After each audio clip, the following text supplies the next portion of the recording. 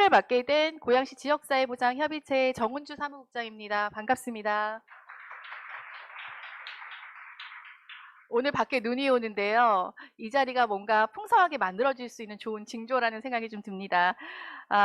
2023 고양시민 거버넌스 대학 지역 관계적 접근의 고양형 돌봄 방안에 대한 컨퍼런스에 함께 해주셔서 너무 깊이 감사드립니다.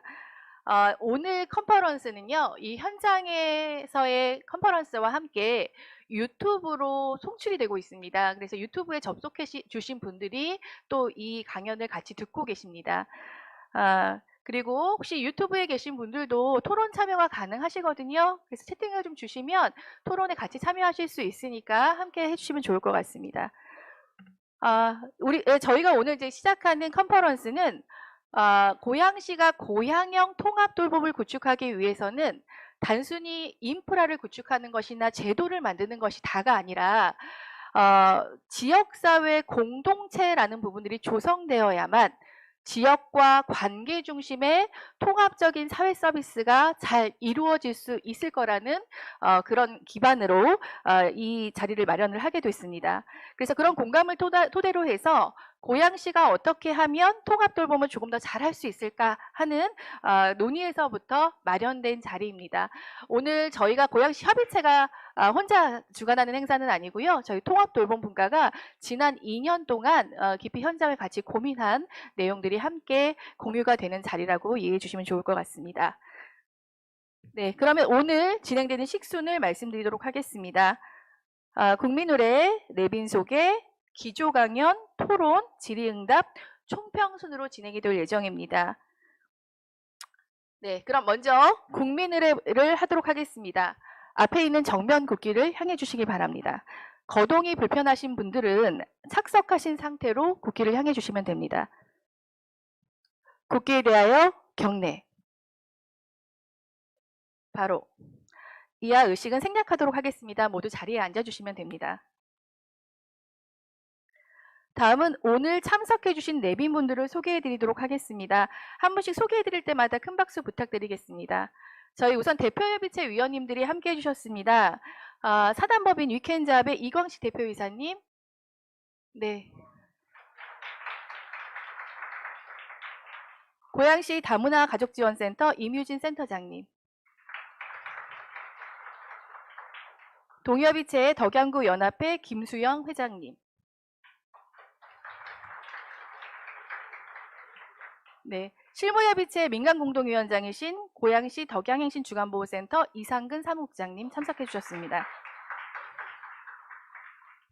네, 지역에 있는 관내 기관장님 네, 참석해 주셨는데 지금 전화 잠깐 받으러 나가신 것 같아요. 나중에 소개 다시 드리도록 하겠습니다.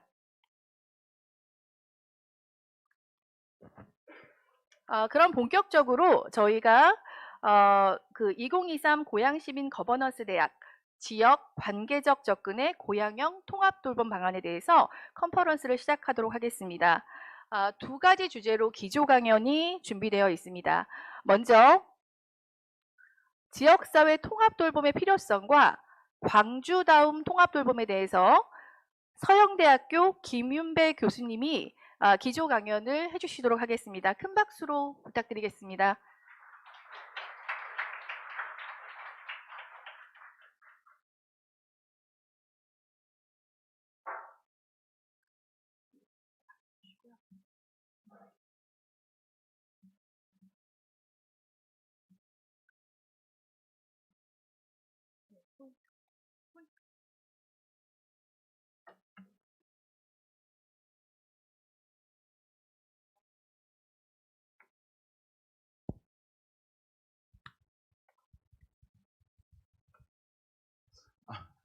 예, 반갑습니다. 서영대학교의 김윤태라고 합니다. 서영대학교가 광주에도 있지만 파주에도 서영대학교가 있습니다. 그래서 참고로 저는 그 파주가 아니라 광주에서 왔고요. 예, 오늘 아침 8시에 출발을 해서 1시 정도에 도착을 했습니다. 예. 근데 좀 개인적으로는 오면서 되게 좀 마음이 즐거웠어요. 왜 그러냐? 제가 저희 고향이 경기도 부천입니다. 예. 그래서 광주는 솔직히 교수 자리가 있어가지고 내려갔는데 광주가 너무 좋아가지고 계속 살다 보니까 파주에는 못 올라갔고요. 그리고 실제 이제 근무했던 것은 그 서울시 강서구에 있는 곳에서 종합사회복지관에서 금천의 종합사회복지관에서 근무를 하고 있다가 그수로 내려갔습니다. 그래서 현장에 계시는 분들 만나는 거 그리고 또 경기도 도민을 만나는 거 저 개인적으로 되게 즐겁고 행복합니다. 그래서 오늘 내용은 광주에서 하고 있는 돌봄에 관련된 이야기지만 정말로 고향에 와서 이야기를 하듯이 편안하게 얘기를 하겠고요.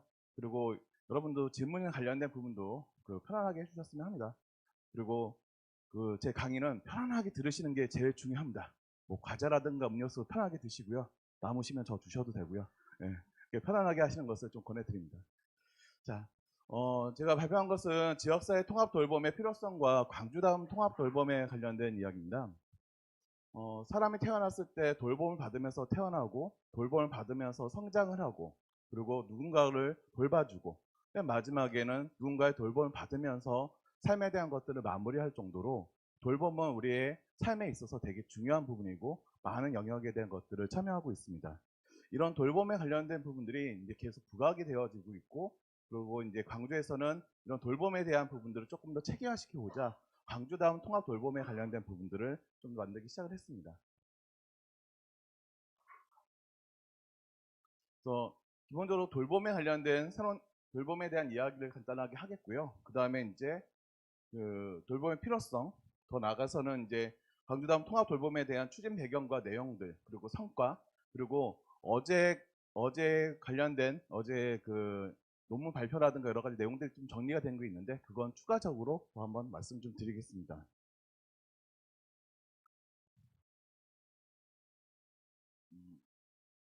예, 이쪽이 더 간단해. 지난 30년간 가장 사회 정책적인 발전되어지고 변화된 것이 돌봄에 관련된 부분입니다. 이 돌봄에 관련된 부분은 과거에는 그림자 노동이라고 해가지고요.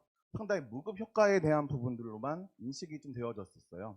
하지만 그에 관련된 부분들이 발생되었던 것이 바로 남성 중심적 그리고 노동 중심적 형태에 관련된 부분에 있어서 상당히 많은 부분이 영향을 미쳤죠. 그래서 남성에 관련된 실업이라든가 산재, 뭐 질병, 고령에 관련된 부분들, 사회적 위험에 관련된 부분을 우리가 알고 있는 사회보험으로서 해결하고자 했던 것들도 다 이와 관련된 맥락이었어요. 그렇게 할 수 있을 수밖에 없었던 것은 남성이 일을 하고 돈을 벌고 여성이 그 가족 내에서 돌봄에 관련된 역할들에 대한 것들을 책임져 왔기 때문이죠.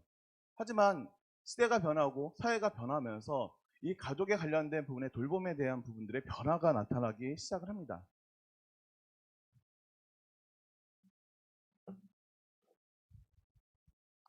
자,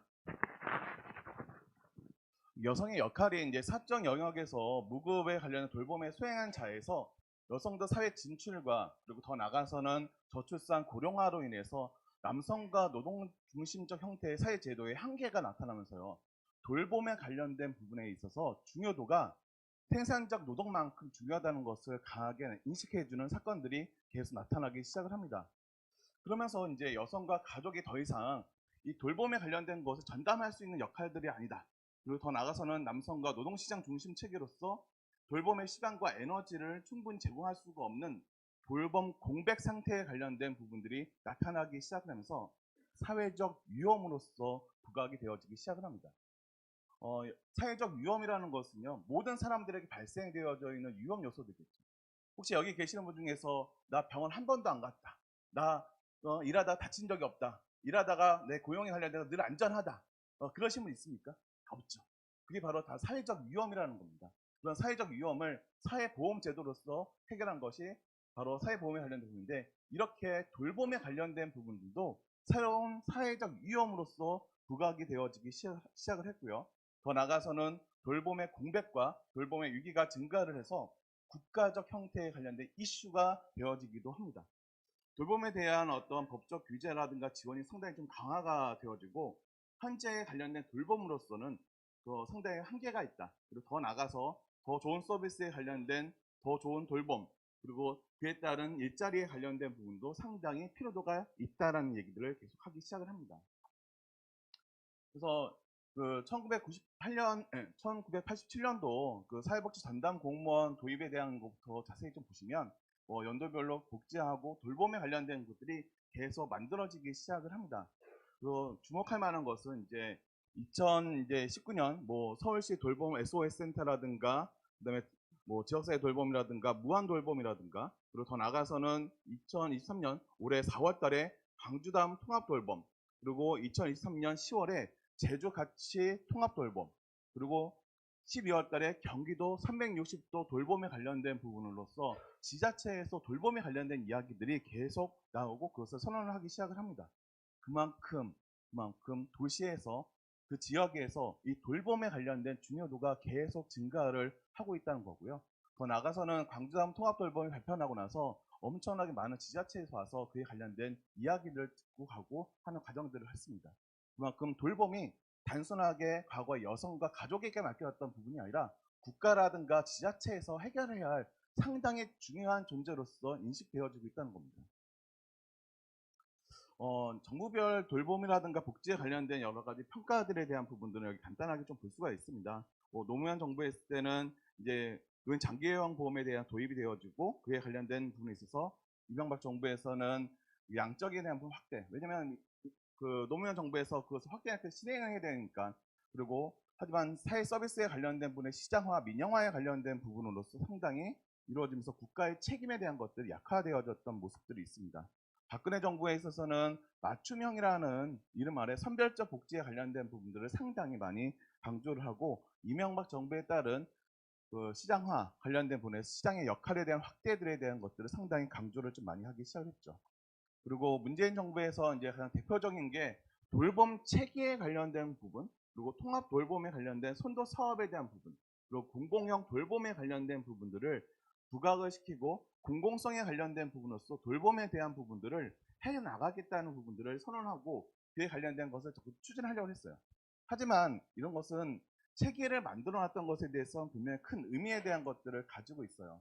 하지만 코로나19의 영향도 있었겠지만 출발에 비해서 큰 성과를 보지 못했다는 평가 또한 가지고 있습니다.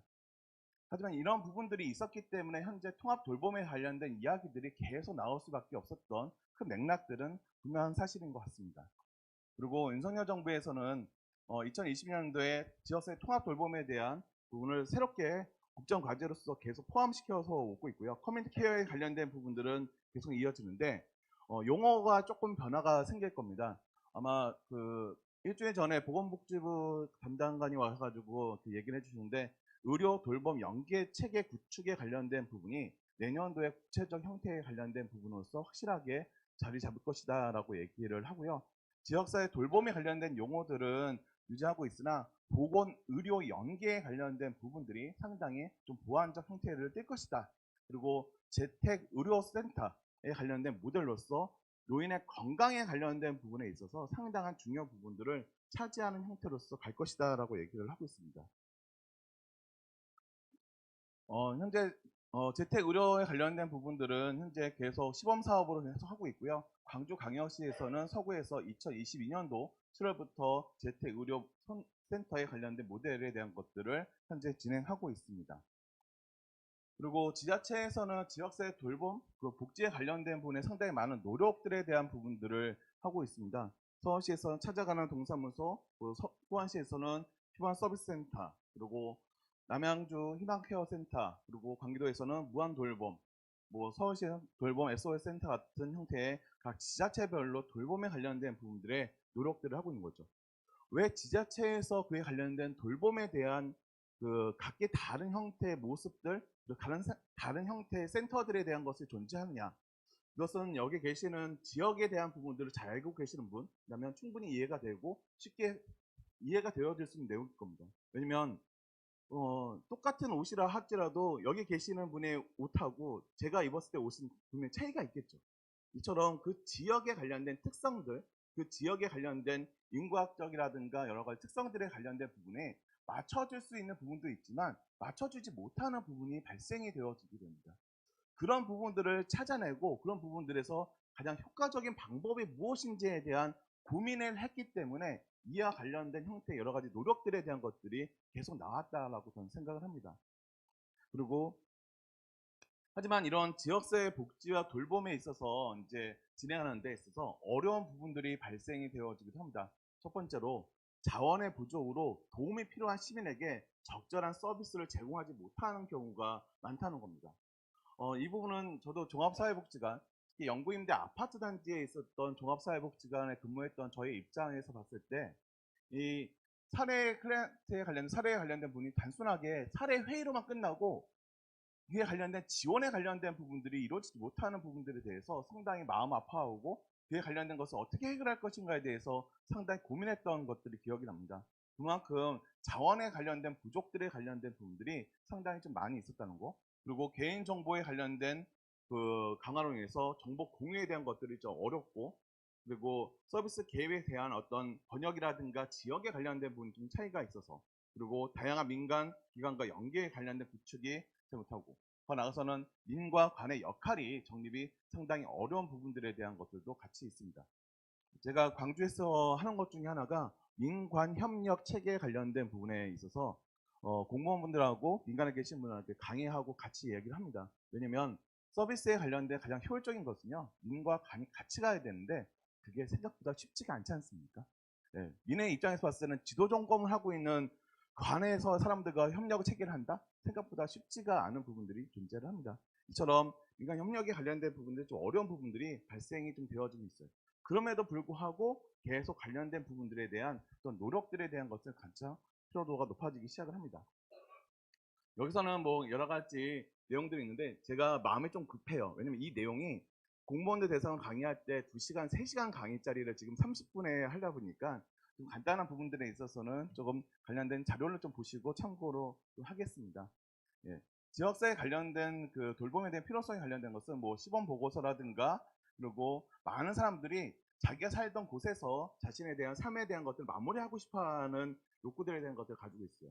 광주광역시 같은 경우 조사를 해보니까 94%가 자기가 살던 집에서 자신의 삶에 대한 것들을 마무리하고 싶다는 형태에 관련된 통계 자료도 가지고 있습니다.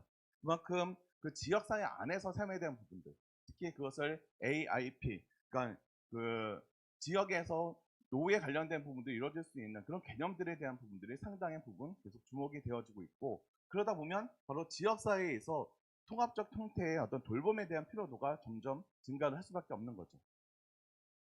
지역사회 통합 돌봄이라는 것은 여러 가지 아직 개념에 대한 부분들을 명확하게 정리가 되어지지 않았어요. 하지만 일반적으로 지역사회 통합 돌봄이라는 것은 돌봄 필요한 주민, 노인, 장애인 누구나 살던 곳, 자기 집이라든가 그렇고 살던 곳에서 지역사회에 어울려서 살아갈 수 있도록 주거, 보건의료, 요양, 일상생활 지원들에 대한 통합적으로 이루어진 어떤 지역 주도형 정책에 관련된 부분이라고 볼 수가 있습니다. 제가 2002년도에 월드컵이 끝나고 나서 독일에 갔었는데 거기에는 병원 중심으로 어르신들이 주변에서 살고 계시는 거예요. 네, 그리고 거기에 목걸이 하나씩 차고 계셨었어요. 급한 상황이 있으면 이 배를 누르면 바로 그 병원에서 오게 되어지는 시스템. 왜 그러냐? 바로 내 지역에서 살면서 바로 병원에서 나에 대한 생명에 관련된 것들을 좀 책임져 줄 수 있는 시스템들이 너무나도 자기는 좋다라는 경주를 했던 것이 아직도 기억이 납니다.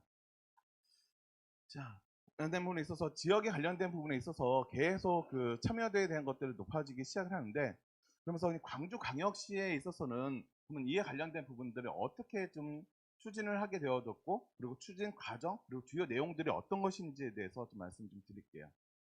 먼저 광주다운 통합돌봄, 요 관련된 이름 지을 때도 저도 관여를 했었는데, 요 이름 때문에도 참 말이 많았는데 가장 제일 광주다움에 대한 것들을 표현할 수 있는 돌봄을 만들자라는 취지로서 요거에 관련된 이름들을 좀 지었고요. 광주광역시도 지금 고령화에 관련된 부분들이 상당히 가속화되어지고 있습니다. 2026년이 되면 인구 5명 중 1명이 노인이 되어지고 2050년에는 75세 이상의 인구가 전체 인구의 4명 중 1명꼴 형태가 만들어질 정도로 저희들도 고령화에 관련된 부분들이 가속화되어지고 있습니다. 그러면서도 1인 가구가 상당히 급증하고 있습니다. 2020년 기준으로 세 가구 중에 한 가구가 이제 1인 가구 형태로서 보여집니다. 저희 광주광역시가 총 5개 구가 있는데 거기에 서구가 정말로 이렇게 1인 가구가 정말로 많은 형태를 좀 띠고 있는 것이 좀 특징으로 볼 수가 있습니다.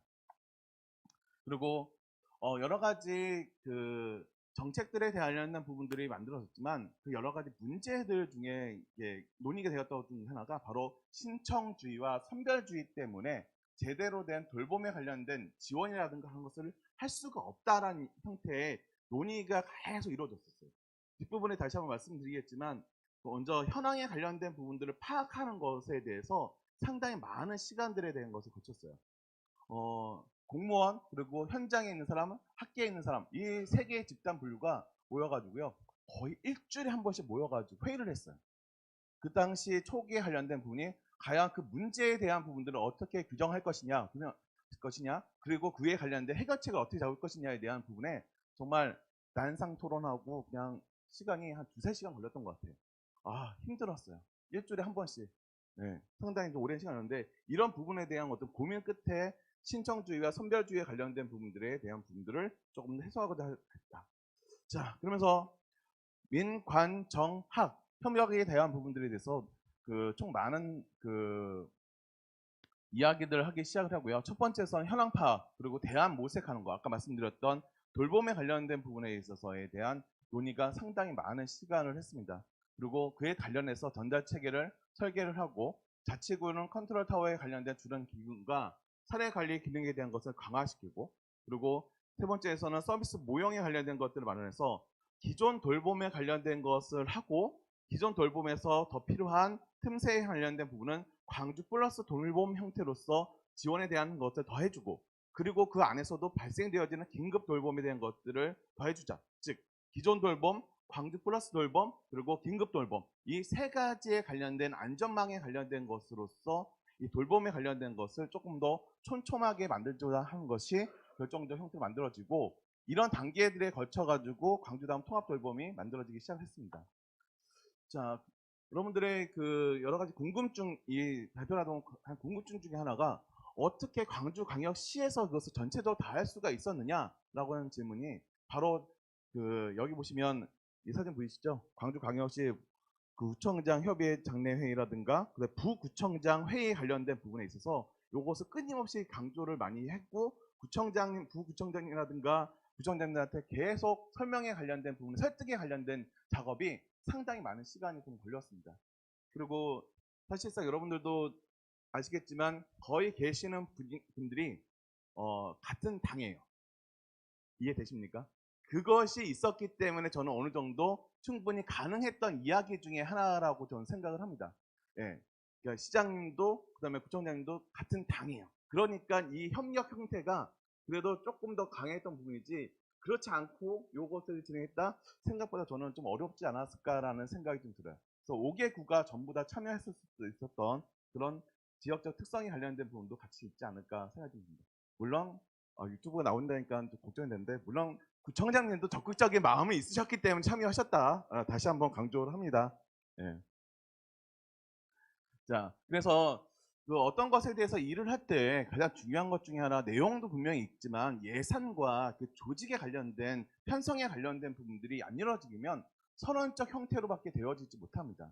근데 광주광역시는 이 사업에 대한 것들을 하기 위해서 이 5개 구의 조직 개편에 관련된 부분으로서 통합 돌봄의 형태의 과 또는 팀 형태에 관련된 부분들을 조직에 관련한 것을 개편을 하기 시작을 합니다. 그래서 광주시 자체에서도 사회복지과에서 돌봄 정책과 뭐 이런 형태로서 이름에 대한 것을 바뀌고 이 관련된 용어 자체와 변화와 함께 내용 자체도 변화가 나타나기 시작을 합니다. 그래서 5개 구에서도 좀 이런 변화가 생겼어요.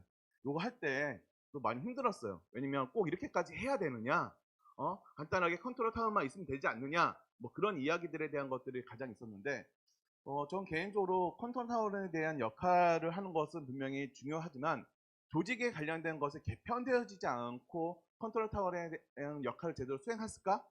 저는 개인적으로 부정적 형태를 좀 봅니다. 왜냐면 기존에 많은 곳에서도 그런 컨트롤 타워 역할에 대한 것들을 할 수 있는 사람들 많이 기관을 했지만 실질적으로 이루어지지 못했던 부분들은 전체적인 조직에 관련된 개편들에 대한 것들이 이루어지지 않았기 때문이라고 저는 판단이 좀 되어집니다. 그래서 이 작업을 하는데 공무원분들도 상당히 많이 힘들어하시고 구에서도 힘들어하셨던 거 있었습니다.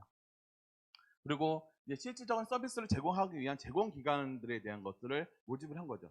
실적으로 이제 그 부분에 나오신 게 좀 더 다시 한번 설명해 드릴게요. 그리고 그 예산에 대한 확보를 하기 위해서 소득 분야에 관련된 부분도 있지만 연 사업비 102억 원에 관련된 부분. 그래서 그 여기서도 특징적인 것 중에 하나가 바로 12하고 9비가 퍼센테이지가 좀 나눠져 있어요. 무슨 말이냐? 시에서만 다 주는 것이 아니라 구에서도 25%에 관련된 돈을 낸다는 거예요. 그러니까 이것은 분명히 광주시 사업이에요. 시 사업인데 시 사업이지만 구에서 25%에 관련된 구비를 지출하고 75%가 시에서 관련된 부분들을 냈다는 것은요.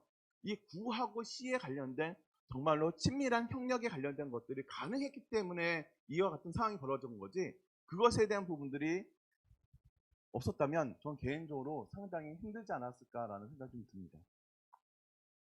그리고 이에 관련된 제도에 관련된 이 사업들이 할 수 있는 명분과 타당성을 하기 위해서 제도적 기반을 마련하기 위해서 조례 제정에 대한 것들을 했고요. 그에 관련된 부분에 있어서 그 보건복지부에 관련된 협의, 그다음에 운영 지침에 관련된 부분까지 다 만들면서 그 서비스 제공하는 기관에 그에 관련된 안내에 대한 부분과 교육에 대한 부분도 같이 진행을 했습니다.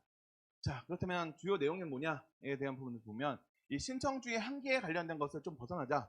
그래서 돌봄 콜하고 의무 방문에 관련된 것들을 했어요. 그래서 즉 기본적으로 내가 신청하지 않으면 그에 관련된 것들을 할 수 없는데, 신청을 내가 아니어도 내 주변 사람이 신청을 해도 그에 관련된 부분에 있어서 신청이 되어지고 의무 방문에 대한 것들이 이루어지게 됩니다. 이 의무 방문을 했을 때 공무원분들이 상당히 힘들어하셨어요. 의무 방문을 했을 때 사회복지직 공무원 한 분, 그다음에 보건직 공무원 한 분, 이 두 분이 같이 가는데 그럼 일에 대한 양이 엄청나게 폭발적으로 증가를 할 수밖에 없는 거죠. 근데 이런 의무 방문에 대한 것들을 이루어지게 되면서 대상자의 현 상태에 대해서 좀 더 정확하게 볼 수 있는 기회가 생겨지고 그에 관련된 돌봄 계획들에 대한 것들이 생겨날 수가 있었기 때문에 지금 이 돌봄 콜과 의무 방문에 관련된 이 두 가지가 어쩌면 광주다음 통합 돌봄에 관련된 부분을 다른 돌봄 제도와 관련된 부분과 분명한 차이를 둘 수 있는, 명확하게 나타날 수 있는 가장 핵심적인 내용이라고 보실 수가 있습니다. 그리고 선별주의 한계에 대한 것을 벗어나기 위해서 돌봄이 필요한 누구나 이용이 가능할 수 있도록, 그리고 대상이 되어지지 않는다 하더라도 소득분야에 관련해서 대상이 되지 않더라도 일부 분야에 있어서는 본인 부담에 대한 것들을 할 수 있도록 이와 관련된 형태로서 조금 더 넓게 관련된 부분들을 제시했죠. 그래서 광주다운 통합돌봄에 대한 콜, 그 다음에 의무 방문에 관련된 부분들을 진행을 계속 하게 되어집니다. 그러면서 이 광주다운 통합돌봄에 관련된 부분에 있어서 대표적인 특징 중에 하나는 어떤 서비스를 몇 가지를 더 주는 형태의 어떤 돌봄 정책이 아니라는 거예요. 초기에 저희들이 고민을 많이 했을 때 이런 돌봄 필요해, 이런 돌봄 필요해. 예, 분명히 그것에 대해서 인지를 하고 있으면서도 더 좋은 서비스에 대한 제공에 대한 것만 집중한 것이 아니라 이 전달 체계에 관련된 부분들을, 즉 돌봄 문제가 발생했을 때 해결할 수 있는 시스템에 관련된 것들을 구축하는 것, 이 부분에 저희들은 가장 큰 핵심에 대한 것을 두고 이 전달 체계에 관련된 부분을 만드는데 계속 노력을 했던 거죠. 그러니까 어떤 서비스가 필요하다는 것에 대해 파악만 끝나는 것이 아니라 이 서비스를 제공하고 있는 체계에 관련된 시스템에 대한 부분들에 저는 관심을 좀 뒀다는 겁니다. 그리고 돌봄에 필요한 대상자들에 대해서 관련된 부분이 있고요. 여기서는 세 가지, 혼자 거동이 불편할 경우, 그리고 돌볼 가족이 없는 경우, 그리고 기존 돌봄 서비스를 받지 않고 있을 경우, 이 세 가지 조건에 대해서 충족하면 이 관련 서비스에 대한 것들을 받을 수가 있는 형태로서 대상을 명확하게 했습니다. 그리고 기준 또한 중위소득 관련된 부분에서 85% 정도가 되어지고요. 광주 시민의 약 52%가 해당되어지는 수준이라고 보실 수가 있습니다. 자, 그렇다면 이제 어떻게 보면 여기 공무원분들하고 오셨으면 좀 보실 수 있는 전달 체계에 관련된 과정들을 보시면, 먼저 신청에 관련된 부분, 아까 말씀드렸던 돌봄 콜이라든가 창구 방문을 통해서 할 수가 있어요. 그다음에 두 번째로 동에서 현장 방문에 관련된 것들을 진행을 합니다. 그래서 아까 말씀드렸던 사회복지직 공무원, 간호직 공무원하고 같이 방문을 하고 거기에서 돌봄 피로도에 관련된 것에 대해서 평가를 한 다음에 그 다음에 이제 사례관리 담당자가 돌봄 계획에 관련된 것들을 수립을 하게 되어집니다. 그럼 이 돌봄 계획을 세울 때는 기존에 있었던 돌봄으로 해결할 수 있느냐 없느냐, 그리고 그 기존 돌봄 플러스 광주 플러스 돌봄에 관련된 거, 지금 7개가 관련된 부분이 있죠. 그에 관련된 거 더 줄 수가 있는지, 그리고 이런 상황에서 더 긴급하다는 긴급 돌봄. 이 세 가지 망으로서 어떻게 할 것인지에 대한 돌봄 계획에 관련된 것들을 수립하는 거죠. 근데 여기서도 이제 문제가 발생이 되어집니다.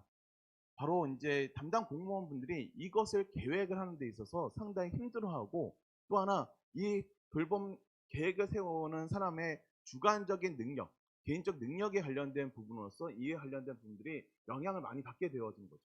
이것은 저희가 어제까지 저희가 이 강주다음 통합 돌봄에 관련된 연구 용역 관련된 심사라든가 그런 심의와 관련된 것을 계속 했는데, 여기서도 자체 평가에서 나온 이야기예요. 충분히 지금 첫 단계이기 때문에 이와 관련된 부분이고, 이런 부분들을 좀 더 해소하고자 구에서는 사례 회의에 대한 것들을 계속 진행하고 있어요. 그리고 이것을 할 수 있는 슈퍼바이저의 역할에 대한 부분들이 중요도가 높아지고 있다. 그리고 내년도에는 그에 관련된 것을 어떻게 해결할 것이냐, 이에 관련된 논의가 계속 진행되어지고 있어요. 엄밀히 본다면 사례 관리가 자꾸 유튜브 때문에 계속 뭔가 말하게 되기 힘든 부분이 좀 있는데, 저도 민간에서 그 사회복지사로 막내 사회복지사로서 근무를 했을 때 이 공공기관에 계시는 사회복지 공무원분들이 과연 얼마만큼에 관련된 사례 관리를 할 수가 있을 것이냐, 그거 봤을 때는 상당히 물음표를 던질 수밖에 없어요. 왜냐면 제가 입장에서는 사회복지 공무원분들이 사회복지에 관련된 부분에 사회복지가 출신이 약 20% 정도밖에 되지 않아요. 그러니까 그 얘기 무슨 다시 해석이 되어질 수 있는 부분들이 좀 있는데, 이만큼 이 사례 관리에 관련된 부분이 잘할 수 있을 것이냐 관련된 논의가 있는데, 그만큼 계속 공부와 논의에 관련된 것들을 이전부터 계속 해왔다는 거, 그리고 그 부족함에 대한 것을 인지하고 있고 그것을 해소하고자 계속 노력하고 있다는 거, 이렇게까지만 말씀을 좀 드릴 수가 있다고 말씀 좀 드리고요. 그리고 이제 돌봄 계획에 대한 부분들이 성립이 되어지면 그에 관련된 부분에 있어서 제공할 수 있는 서비스에 관련된 것은 이제 민간에서 이제 자활센터라든가 관련된 기관에서 그에 관련된 것을 서비스에 관련된 것을 제공을 하게 되어집니다. 그리고 민간기관에서 그에 관련된 서비스 제공을 받고 그에 관련된 제공에 관련된 것들이 이루어졌는지에 대한 것을 확인한 절차로서 계속 진행이 되어지죠. 우선 아까 말씀드렸던 광주 플러스 돌봄에 관련된 것은 총 7개, 이와 관련된 형태로서 인지되어지니까 이것은 간단하게 읽어보실 수가 있을 거라 생각이 좀 듭니다. 그래서 다양한 활동들에 대한 것들을 하고 있었고요. 그다음에 전달체계에 관련된 부분도 아까 말씀드렸던 이와 관련된 과정들을 통해 가지고 서비스에 대한 것들을 제공을 하고 있습니다. 자, 그렇다면 광주담 통합 돌봄의 성과에 관련된 부분, 첫 번째로 지역사회의 어떤 협력적 관계를 통해서 효율적 서비스에 대한 것을 제공을 좀 하려고 노력을 했다. 광주담은 그 주요 사업이지만 구청과 협력이 절대적으로 필요했다는 부분. 아까 말씀드렸지만 이 예산에 대한 투입, 조직에 관련된 개편, 그것은 구청에서 그에 관련 협력이 없었으면 안 된다. 이 자리에서 통해서 5개 구청장님께 감사하다는 말씀 다시 한번 좀 전해드리고 싶고요. 그다음에 이런 관련된 부분들의 그 접수와 배분에 관련된 것에 동에서 관련된 부분들을 많이 하고 있는데, 동에 관련된 업무가 좀 많이 힘들었지만 그에 관련된 부분을 추진하는데 구하고 동에 관련된 역할들이 상당히 좀 많이 컸다는 거. 그리고 또 하나는 행정과 민간의 협력 관계가 상당히 충실해졌다는 부분들도 같이 얘기할 수가 있습니다. 그리고 두 번째가 광주다음 통합돌봄의 원만한 서비스 접수와 제공에 관련된 돌봄콜이라든가 의무 방문이 만들었는데 많은 효과가 있었다는 거예요. 상당히 빠른 속도로서 이루어졌고 체계적인 준비와 그리고 시민의 욕구에 관련된 것에 대해서 의미가 좀 있었다. 그리고 세 번째는 돌봄에 관련된 지원 사례에 관련된 기록과 체계화입니다. 수없이 통계에 관련된 부분들 뒷부분 보여지겠지만 기록에 대한 것들을 했고, 더 나가서는 단순하게 숫자로서의 관련된 기록에 관련된 뿐만 아니라 사례에 관련된 부분들을 계속 모았어요. 그 사례에 관련된 것을 모으고 그 사례를 바탕으로 그 사례들을 공유를 하면서 사람들이 이제 이런 상황에서는 어떻게 대처를 하고 어떤 계획을 세웠는지에 대한 부분들.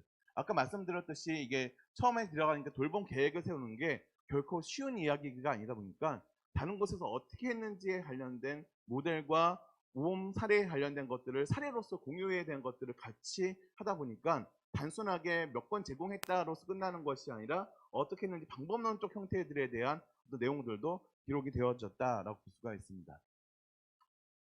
그래서 지금 접수 현황이라든가 돌봄에 관련된 서비스 제공한 내용들에 대한 것은 자료집에 관련된 부분으로 자료를 보시면 충분히 가능하실 거라 생각이 들고요.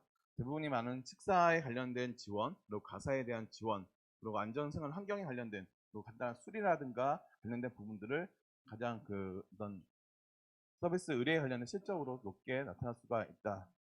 하지만 이런 부분들도 상당히 좀 초기에 관련된 부분들이 시작이 되었는데 주변에서 많은 곳에서 벤치마킹을 하러 좀 오셨어요. 특히 제주에서는 제주 가치 돌봄에 관련된 것들 발표하기 전에 이제 오셔가지고 그 관련된 부분들을 조금 더 확인할 수가 있었고요. 그리고 이것이 이제 한국사회복지학회랑 연결해가지고 그 관련된 내용들을 같이 발표하는 형태로서 진행이 되어졌습니다. 그리고 최근에 이제 UC, LG 이쪽은 이제 소위해서 유엔이 존재하듯이 각 지방에 관련된 도시들에 관련된 연합체라고 보시면 되고요. 생각보다 좀 큰 기구라고 보여질 수가 있습니다. 네, 거기서 이제 저희가 도시 혁신상에 관련된 부분들을 수상을 하게 되어졌게 됐습니다. 관련된 부분에선 제가 좀 마음이 급해서 급하게 좀 여러 가지 얘기를 했는데요. 혹시 제가 얘기한 것 중에서 더 궁금한 거 있으면 질의응답 시간에 더 듣고 대답하는 걸로 하겠습니다. 이상 발표 마치겠습니다. 감사합니다.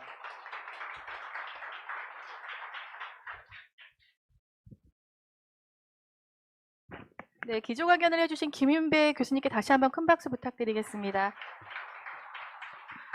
네, 지금 김윤배 교수님께서도 얘기해 주셨지만, 이제 국가의 대통령이 바뀌면서 계속적으로 돌봄 정책이 변화하는 모습을 보이고 있습니다.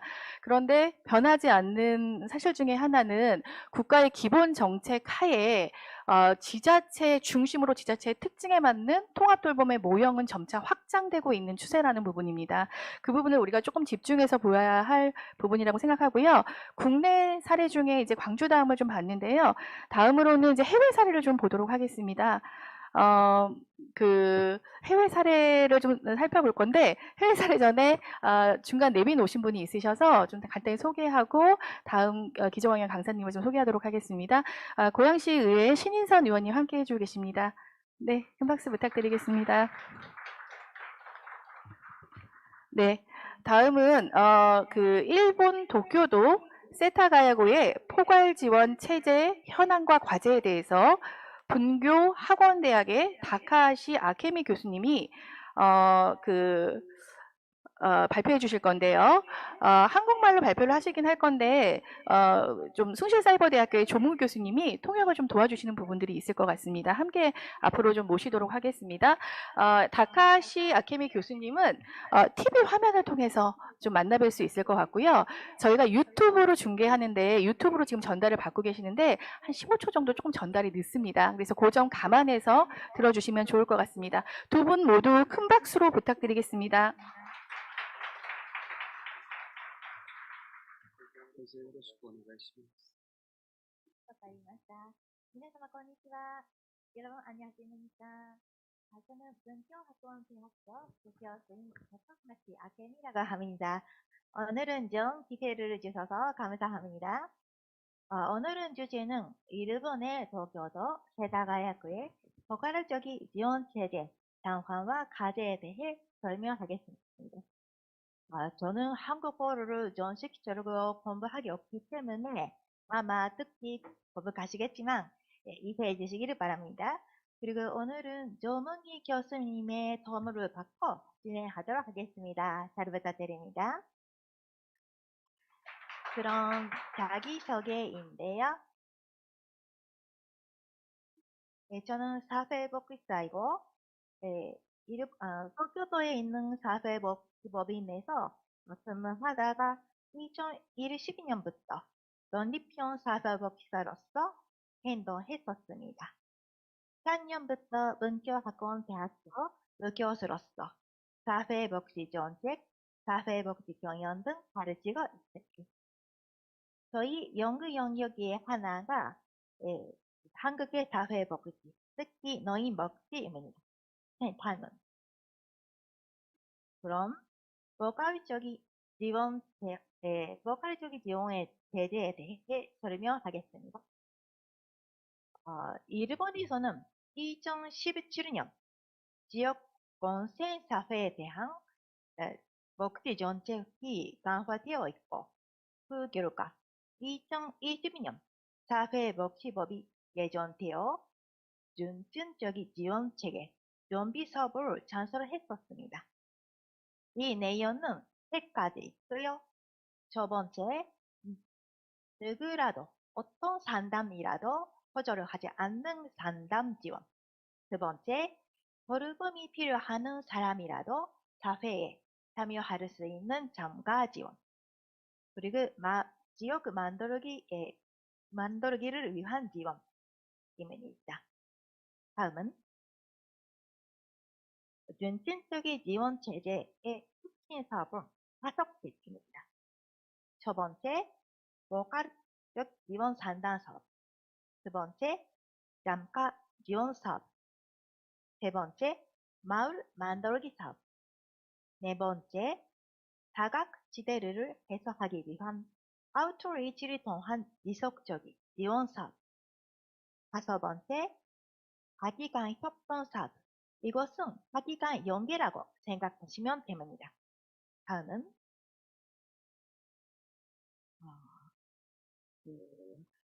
이 포괄적인 상담 지원 사업은 예전팅 사회복지법에 이렇게 쓰고 있습니다. 결국은 원스톱 상담으로 지원 네트워크를 만들 것입니다. 다음은 그럼 대다가야구의 포괄적인 지원 체제에 대해 설명합니다. 대다가야구는 도쿄도 서부에 위치합니다. 인구가 92만 명 정도 있고 가장 주민 수가 많은 특별구입니다. 특별구는 도쿄구에서만 있고요. 한국의 기초자치제라고 생각하시면 됩니다. 대다가야구는 인구수가 많은데도 불구하고 이륙하구당 인원수가 1,080명이고 단신 세대, 독거 세대가 많습니다. 다음은 이거 자세하게 보면 92만 명 인구 중에 65세 이상 인구가 18만 명 정도 계세요. 고령화율은 20.2%입니다. 일본 전체 고령화율은 29% 정도니까 낮은 편입니다. 고령자 중에 등급을 받은 분들은 4만 명 정도 계시고 장애인, 아동, 생활보호수급자도 있습니다. 생활보호수급자는 평균보다 낮은 병입니다. 다음은 그럼 대다가야구의 행정구조에 대해 설명드리겠습니다. 일본에서는 한국보다 지방 분권이 진행되어 있었고 자치제가 독자적으로 자유적으로 그 조직을 구성할 수 있습니다. 대다가야구는 3층 구조가 특징입니다. 그럼 다음은 그림으로 보면 이렇게 되어 있습니다. 전 지역을 파악하는 특징이 있고 이 밑에 5개 지역 있습니다. 선생님. 5개 지역 그 밑에 28개 지구가 있습니다. 그래서 구점, 지적, 시그랑 3층 구조입니다. 다음은 지도로 보면 이렇게 되어 있습니다. 지역이 5개, 그리고 시그 28개. 각 시그마다 마을 만들기 센터가 있습니다. 마을 만들기 센터는 한국의 논주민센터 같이 행정기관입니다. 다음은 그럼 대다가야구의 포괄적인 지원 체제에 대해 살펴보겠습니다. 지금은 말씀을 드린 28개 마을 만들기 센터가 모두 복지 상담 장구입니다. 하지만 복지 상담 장구는 마을 만들기 센터만 하는 게 아니라 건물을 서기에 지역 포괄지원센터 그리고 사회복지협의회가 있습니다. 지역 보컬 지원 센터는 세다가야구에서 안심 스코야카 센터라고 부르고 있는데 다른 자치체에서는 노인만 대상이지만 세다가야구에서는 노인뿐만 아니라 장애인, 육아 가정까지 대상으로 됩니다. 지역 보컬 지원 센터에서는 사회복지사, 주인 케어 매니저, 보건사, 간호사가 배치됩니다. 사회복지협의회는 28개 각 지역마다 조직과 됩니다. 다음은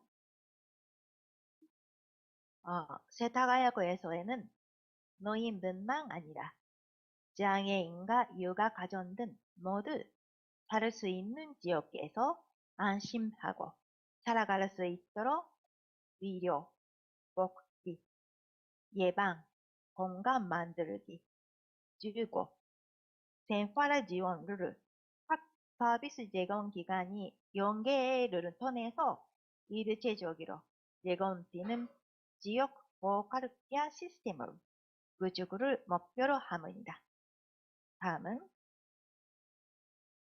이 목표를 달성하기 위해 세다가야구에서는 지역 보건 의료 복지 종합 계획이 있습니다. 모두가 필요한 보건, 의료, 복지를 포함된 긴용 계획입니다.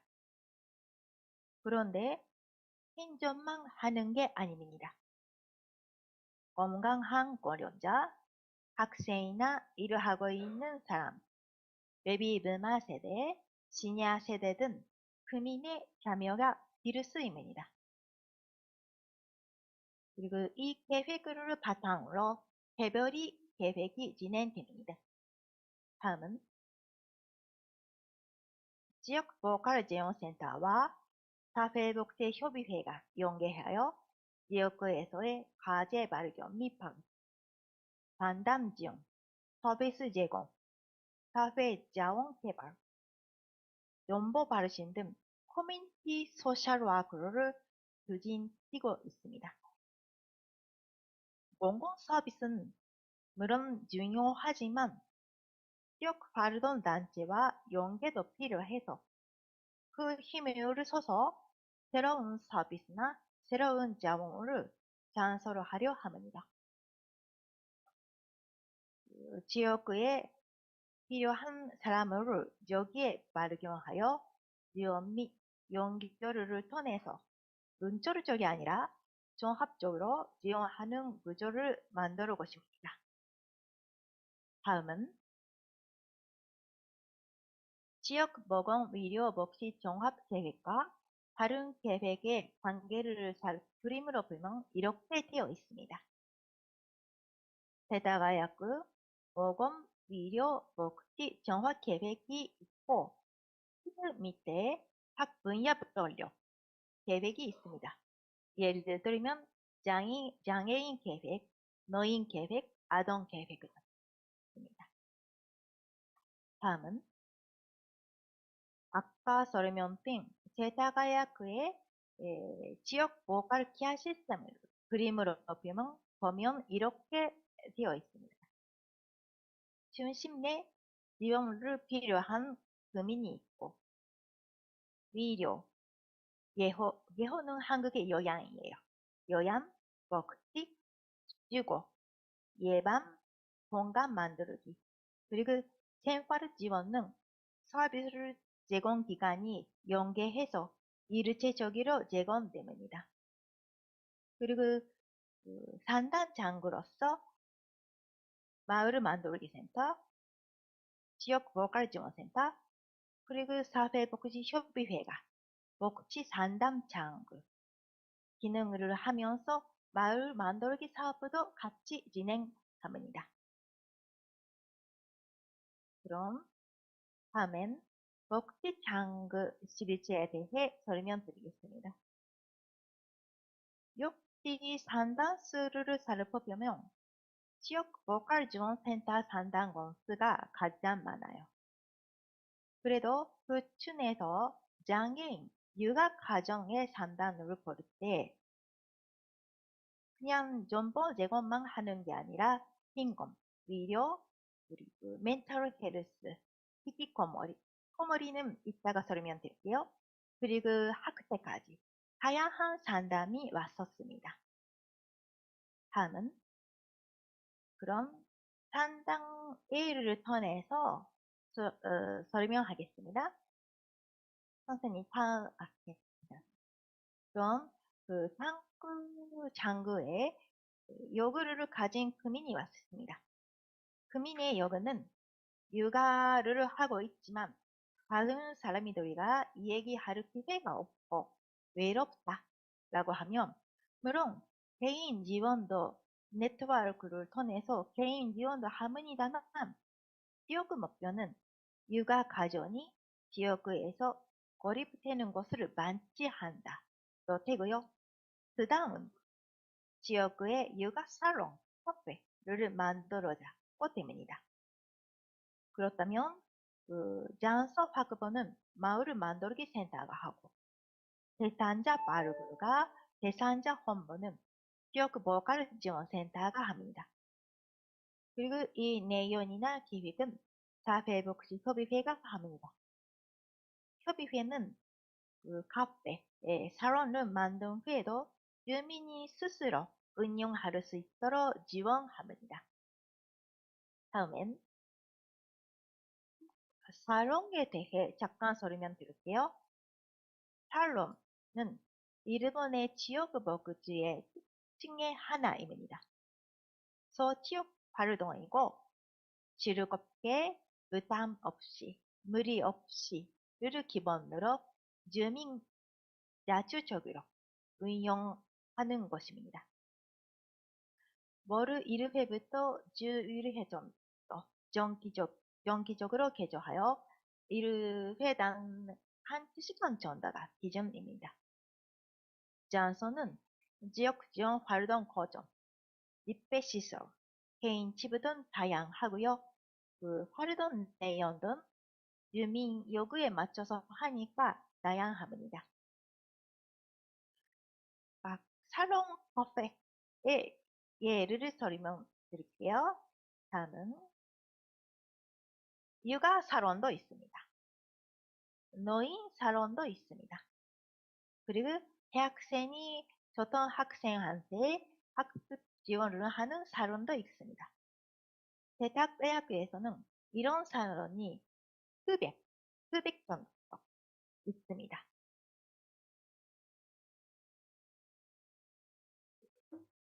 마지막으로 과제에 대해 말씀을 드립니다. 아무래도 2022년부터 정책을 시작했었으니까 대책 지금 지행되어 있지만 상담 건수가 많지 않습니다. 그래서 금융에 대한 인지, 홍보 활동이 필요합니다. 그리고 잠재적인 요구를 가진 금융, 사각지대에 있는 금융들의 접근성이 약해요.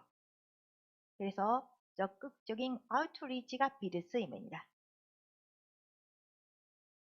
그리고 원스톱으로 대응할 수 있게 종합적인 지식 기술을 가진 전문 인재를 육성해야 합니다. 그리고 사회 문제는 아까 교수님도 말씀하셨지만 사회 문제는 큰 힘 없이 생기잖아요. 그래서 새로운 과제 생기면 새로운 서비스나 새로운 제재를 만들어야 합니다.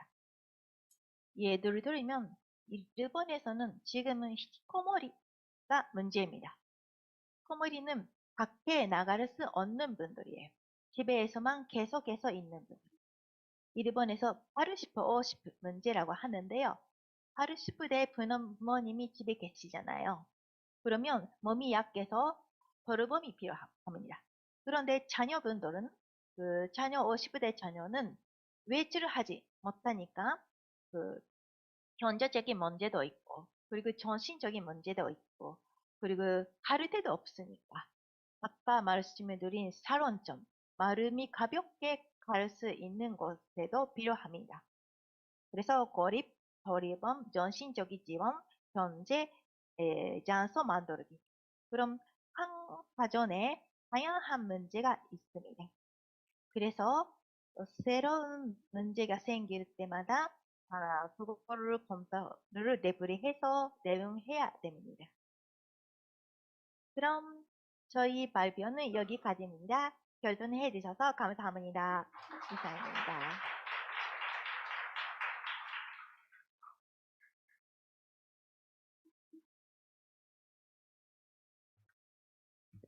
네, 기조강연과 통역이 거의 필요 없었네요. 그래도 이렇게 20분 동안 서서 열심히 내용을 들어주신 조무기 교수님, 그리고 다카하시 아케미 교수님께 다시 한번 큰 박수 부탁드리겠습니다. 네.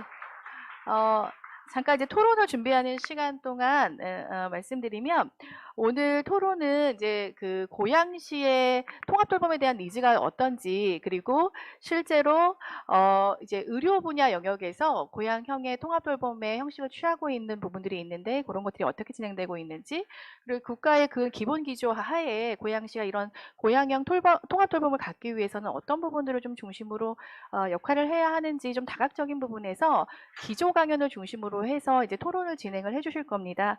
어렵게 좀 자리에 다 모셨는데요. 좌석이 다 준비돼서 앞으로 좀 모시도록 하겠습니다. 그 좌장님, 오늘 좌장님으로는 고양시 지역사회보장 협의체 양용희 민간위원장님께서 수고해 주시겠습니다. 오늘 컨디션이 많이 좀 좋지 않으셔서 앞서 좀 양해를 좀 구하고 시작을 하도록 하겠습니다. 그리고 토론에는 기조 강연 해주셨던 두 분의 김윤배 교수님과 다카하시 아케미 교수님 앞으로 좀 같이 모시고요. 토론에는 숭실사이버대학교 조무기 교수님, 그다음에 통합돌봄분과의 남희경 민간문과장님, 국립암센터 의료사회사 복지팀의 김하경 팀장님께서 참여해 주시겠습니다.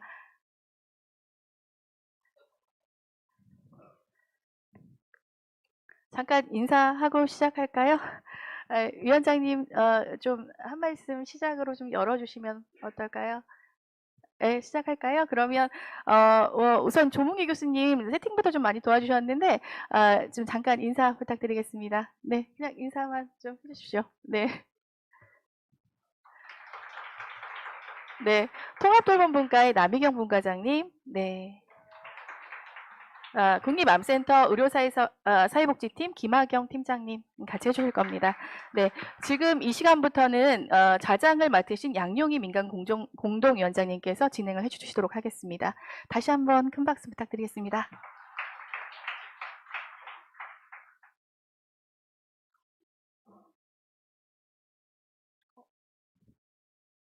네, 마이크, 네. 네, 제가 조명을 좀 켜주세요. 좀 감기 몸살에 좀 심하게 걸려갖고서 그냥 아마 생각에는 오늘 좌장도 제가 아닌데 어떻게 형평상 제가 하게 됐습니다. 이제 목소리가 그렇더라도 이해를 해주시기 바랍니다. 한 10분 늦게 와서 오늘 안 들리나요? 네, 네, 좀 더 크게 얘기하도록 하겠습니다. 이제 고양시도 이제 통합돌봄을 하겠다. 처음에 이제 커뮤니티 케어로 했다가 또 우리나라에서 이제 통합돌봄이라고 번역을 해서 이제 하고 있죠. 그래서 이제 그 중지 차원에서 오늘 거버넌스 대학에서 지역 관계적 접근, 고양형 통합돌봄 방안. 그래서 먼저 우리 김윤배 교수님께서 이제 통합돌봄은 이제 광주다운 통합돌봄이라고 광주시의 좋은 사례를 발표해 주셨고요.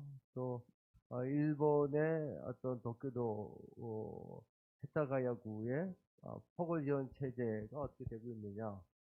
마지막 부분에 그 문제점, 제한점까지도 발표 중을 잘 들었습니다. 이 두 분의 이제 발표를 가지고서 오늘 세 분이 토론해 주겠습니다. 먼저 우리 조문기 교수님, 숭실사이버대학교, 남희경 민간국과장님, 우리 지역사회보장협의체에서 통합돌봄국가를 맡고 계십니다. 그 다음에 박아경 팀장님, 국립의료사회복지팀에 계십니다. 네, 그래서 이렇게 먼저 발표를 좀 해주시는데 순서대로 그냥 제가 그냥 중간 코멘트 없이 그냥 발표하고서 좀 제가 잠깐 얘기를 하고 또 여기서 플로어에서 여러분들이 좀 자유롭게 토론을 하도록 하겠습니다. 먼저 그러면 이제 우리 여기 어떻게 되나요? 그 시간적인 거는요? 발표 10분인가요? 네, 토론하신 분들께서는 10분 정도 시간을 잘 이렇게 사용해 주시면 고맙겠습니다. 네, 조문기 교수님 토론해 주시고요. 예, 반갑습니다. 송실사이버대학교 조문기라고 하고요. 오늘 좌장 맡으신 오늘 교수님 몸이 불편하신데도 불구하고 애쓰셔서 어쨌든 고양시에 이런 좋은 시민 거버넌스에 많은 교수님들 그리고 실무자들이 많은 그리고 공무원분들께서도 많은 협력을 지원해 주셔서 민간 쪽에서도 많은 어떤 노력을 하고 있습니다. 많이들 얘기도 들어주셔서 감사드리고요. 저도 고양 시민이 된 지 실은 얼마 아닙니다. 지금 가자마을이라는 동네에서 열심히 살고 있고요. 고양시에 익숙해져 가서 이제는 고양 시민으로서의 역할을 좀 하려고 합니다. 그런 의미에서 오늘 이런 토론의 기회를 주셔서 감사드리고요. 좀 전에 그 발표를 하신 그 다카하시 아케미 선생은 저하고 원래 한국의 복지에 대해서 전공을 하시는 분인데 한국말을 독학으로 하셨어요. 그래서 생각보다 말씀을 잘 하셔서 통역 없이 진행을 했다라는 점 좀 양해 부탁드립니다. 오늘 제가 이 토론을 준비하면서 실은 한국의 장기요양학회라는 학회에서도 이런 지역사회 통합돌봄과 관련된 여러 섹션을 나눠서 발표를 하고 연구를 하기도 합니다. 근데 다 하는 얘기들이 실은 우리가 가지고 있는 한국형의 정체성이라는 것이 무엇이냐, 일본이나 독일들이 하고 있는 내용들을 답습하는 것만이 답일 수는 없다라는 것을 최근에 많은 연구자들과 정책을 연구하는 건보공단과 그리고 복지부도 이러한 면에서는 많은 것들을 아마도 다시 한번 되돌리지 않았나라는 생각을 합니다. 그러면서 오늘 제가 앞에서 발제하신 이 김은배 교수님이 실은 한 5년 전에 이런 케어와 관련된 얘기를 부산에서 학회에서 둘이 얘기하고 가다가 오늘 또 뵀습니다. 실은 좀 반갑기도 하고요. 말씀하신 내용 중에 이 광주 다움이라고 하는, 왜 다움을 썼을까라는 이런 의미를 조금 생각을 해보다가 실은 우리가 커뮤니티 케어라고 하는 그리고 지역 통합 돌봄이라고 하는 이런 용어들 자체를 쓰는 것에 대해서 상당히 익숙치 않았어요. 서로 간에 정책이 바뀔 때마다, 정권이 바뀔 때마다 뭔가 다른 용어로서 표현한다라는 게 우리 시민으로서는 상당히 불편한 내용이었습니다. 하지만 오늘 다카이 선생님의 얘기를 들으면서 제가 47페이지에 써놓기도 했습니다만 이런 지역 통합 돌봄이라고 하는 것은 시스템이 아니다. 네트워크이다. 고양시가 가지고 있는 네트워크와 광주가 가지고 있는 네트워크는 다를 수밖에 없습니다. 그렇기 때문에 지금 쓰고 있는 커뮤니티 케어라든가 AIP라고 쓰고 있는 용어들이 지자체에서 각자 맞춤 돌봄이니 통합 돌봄이니 혼재할 수밖에 없었구나. 이러한 것들은 저도 이 글을 준비하면서 많이 이해가 됐고요. 어쨌든 정책은 커뮤니티 케어라고 하는 것에 맞춰서 문재인 정부의 이야기를, 행정 정책을 이어왔다라고 하면 지금의 정부는 어쨌든 의료와 돌봄의 통합을 위해서 열심히 노력을 하고 있기 때문에 정책 자체가 가는 방면으로 지자체도 어느 정도 따라줘야 되지 않나, 이런 생각을 하고 있습니다. 그러면서 잠깐 일본에 대한 것들을 좀 되돌려 보면요. 일본은 어쨌든 커뮤니티 케어라는 얘기가 생기기 전에 우리나라보다 이 노인장기 요양보험이 2000년 이후에 먼저 시작됐습니다. 그리고 오늘 다카이 선생님이 얘기하신 것 중에 케어 매니저라고 하는 용어들이 많이 나옵니다. 지역 커뮤니티 케어의 핵심은 케어 매니저였습니다. 일본은 고령화 사회에 준비하기 위한 이런 케어 매니지먼트 정책을 통해서 개별화라는 것을 하고 있죠. 여기 오늘 김은배 선생님이 얘기하신 것처럼 사례관리 상당히 어렵다라고 얘기하신 얘기가 지금의 현실이에요. 오늘 보건 쪽에서도 오시고 치매 쪽에서도 오시고 암 쪽에서도 오시고 암센터에서도 오셨지만 복지관에서도 오셨지만 우리의 사례관리 방식은 거의 다 다릅니다. 근데 장기요양의 사례관리는 또 달라서요. 어느 쪽에 사례관리를 해야 되지? 어디까지 얘기해야 되지? 이런 것들이 공무원과 민의 그리고 복지관에 이런 것들이 아직 협치가 안 되고 있는 것들이 사실입니다. 그러다 보니까 일본은 어쨌든 이런 케어 매니저를 통해서 이런 사례 관리도 통합하고 적어도 노인 중심으로 가려고 하고, 아까 광주에서 한계라고 느꼈던 것 중에 한 가지, 대상자가 누구냐는 거죠. 대상자도 선정을 확실히 안 하고 이 케어와 관련된 커뮤니티를 구축했다. 근데 또 일본의 얘기를 들어보면 대상자는 누구나 합니다. 아까 김윤배 교수님이 얘기하신 것처럼 신청주의의 한계와 선별주의의 한계와 그것을 뛰어넘어서 이제는 보편주의로 가지 않으면 이런 지역 커뮤니티 케어라는 것은 이루어지지 않는다. 내가 돈이 많다고 해서 요양원에 못 들어가는 사람 많아요. 요양원에 안 맞는 거죠, 시스템이. 돈이 없어서 못 들어가는 사람도 있고요. 제도를 이용하지 못해서. 그렇다라고 하면 우리가 이 47페이지에 제가 써놓은 것처럼 지역사회 통합 돌봄에 대한 대상자 선정이라고 하는 것은 폭이 넓어야 된다. 고양시 자체도 누군가를 타겟으로 하고 선별주의나 한계주의로 갔다가는 다른 실패한 지자체하고 똑같이 이루어질 수밖에 없다. 그래서 일본은 생활을 중시하는 모델입니다. 그리고 의료를 중시하는 모델, 그리고 노인장기 요양보험, 이들은 개호라고 표현을 합니다만 이 노인장기 요양 중심의 모델이라든가 그리고 노인장기 요양의 예방에 대한 모델, 이런 것들이 생활로 이어지는 거죠. 노인 요양원에 들어가도 우리나라는 밑반찬 이런 거 못 써요. 실은 어떤 시설에 들어가도 복지연구 이런 거 못 씁니다만, 그런데 들어갔다고 해서 그런 걸 못 쓰는 사람들에 대한 어떤 탄력적인 이 규제 개혁 뭐 이런 것이 없이는 노인 요양원에 들어갔다고 해서 일반 사람과 주민과 똑같은 삶을 산다라는 게 어려운 사회라는 거죠. 그래서 어쨌든 제가 뭐 여러 가지 써놓긴 했는데요. 압축하자면 고향형 지역사회 통합 돌봄의 어떤 과제 안에는 이제는 우리도 의료 따로 갈 것이 아니라 복지 따로 갈 것이 아니라, 제가 만약에 나중에 여기서 한 3, 40년까지 산다면은 저는 대화역 주변에 어떤 주거지를 마련해야 됩니다. 제가 사는 곳에서 병원을 가려면 버스 타고 20분 이상을 가야 돼요. 그러지 않으면 제 요양원은 대화역 주변에 있는 요양원을 선별해야 한다라는 거죠. 근데 우리가 요양원에 갈 때는 실제적으로 탈시설화 이런 것들을 더 많이 해서 집에 있는 형태의 어떤 재가 형식의 서비스들이 많을 거란 얘기죠. 그런 지리적인 위치를 지금이라도 의료가 있는 쪽과 요양원이 있는 쪽을 우리가 지형적 위치를 통합할 수 있는 그런 시설에 대한 준비, 일본은 그것을 아까 장애인, 노인, 아동 이렇게 법을 바꿔가면서 지역 통합 돌봄이라는 것을 만들어냅니다. 그만큼 노인장기 요양과 맞물린 계획들을 우리가 세워야 되지 않나라는 생각을 합니다. 그래서 장기요양 쪽에서도 그런 얘기들은 막 나옵니다. 장기요양 제도가 고양시에 맞게끔 고양시에 맞는 노인장기 요양 계획을 세워야 한다라는 것이고요. 그리고 이제는 우리도 좀 일본을 부러워할 게 아니라 우리에게도 유능한 인재들이 많습니다. 실제적으로 종합사회복지관에서 기존에 일하던 종합사회복지관의 어떤 상담사 뭐 이런 인력들을 좀 동원한다라고 하면 커뮤니티 케어와 같은 장애인, 노인, 아동을 모을 수 있는, 상담할 수 있는 원스톱 서비스가 되지 않을까라는 생각을 하고요. 49페이지에 적어놓은 저 이 얘기는 정말 동감합니다.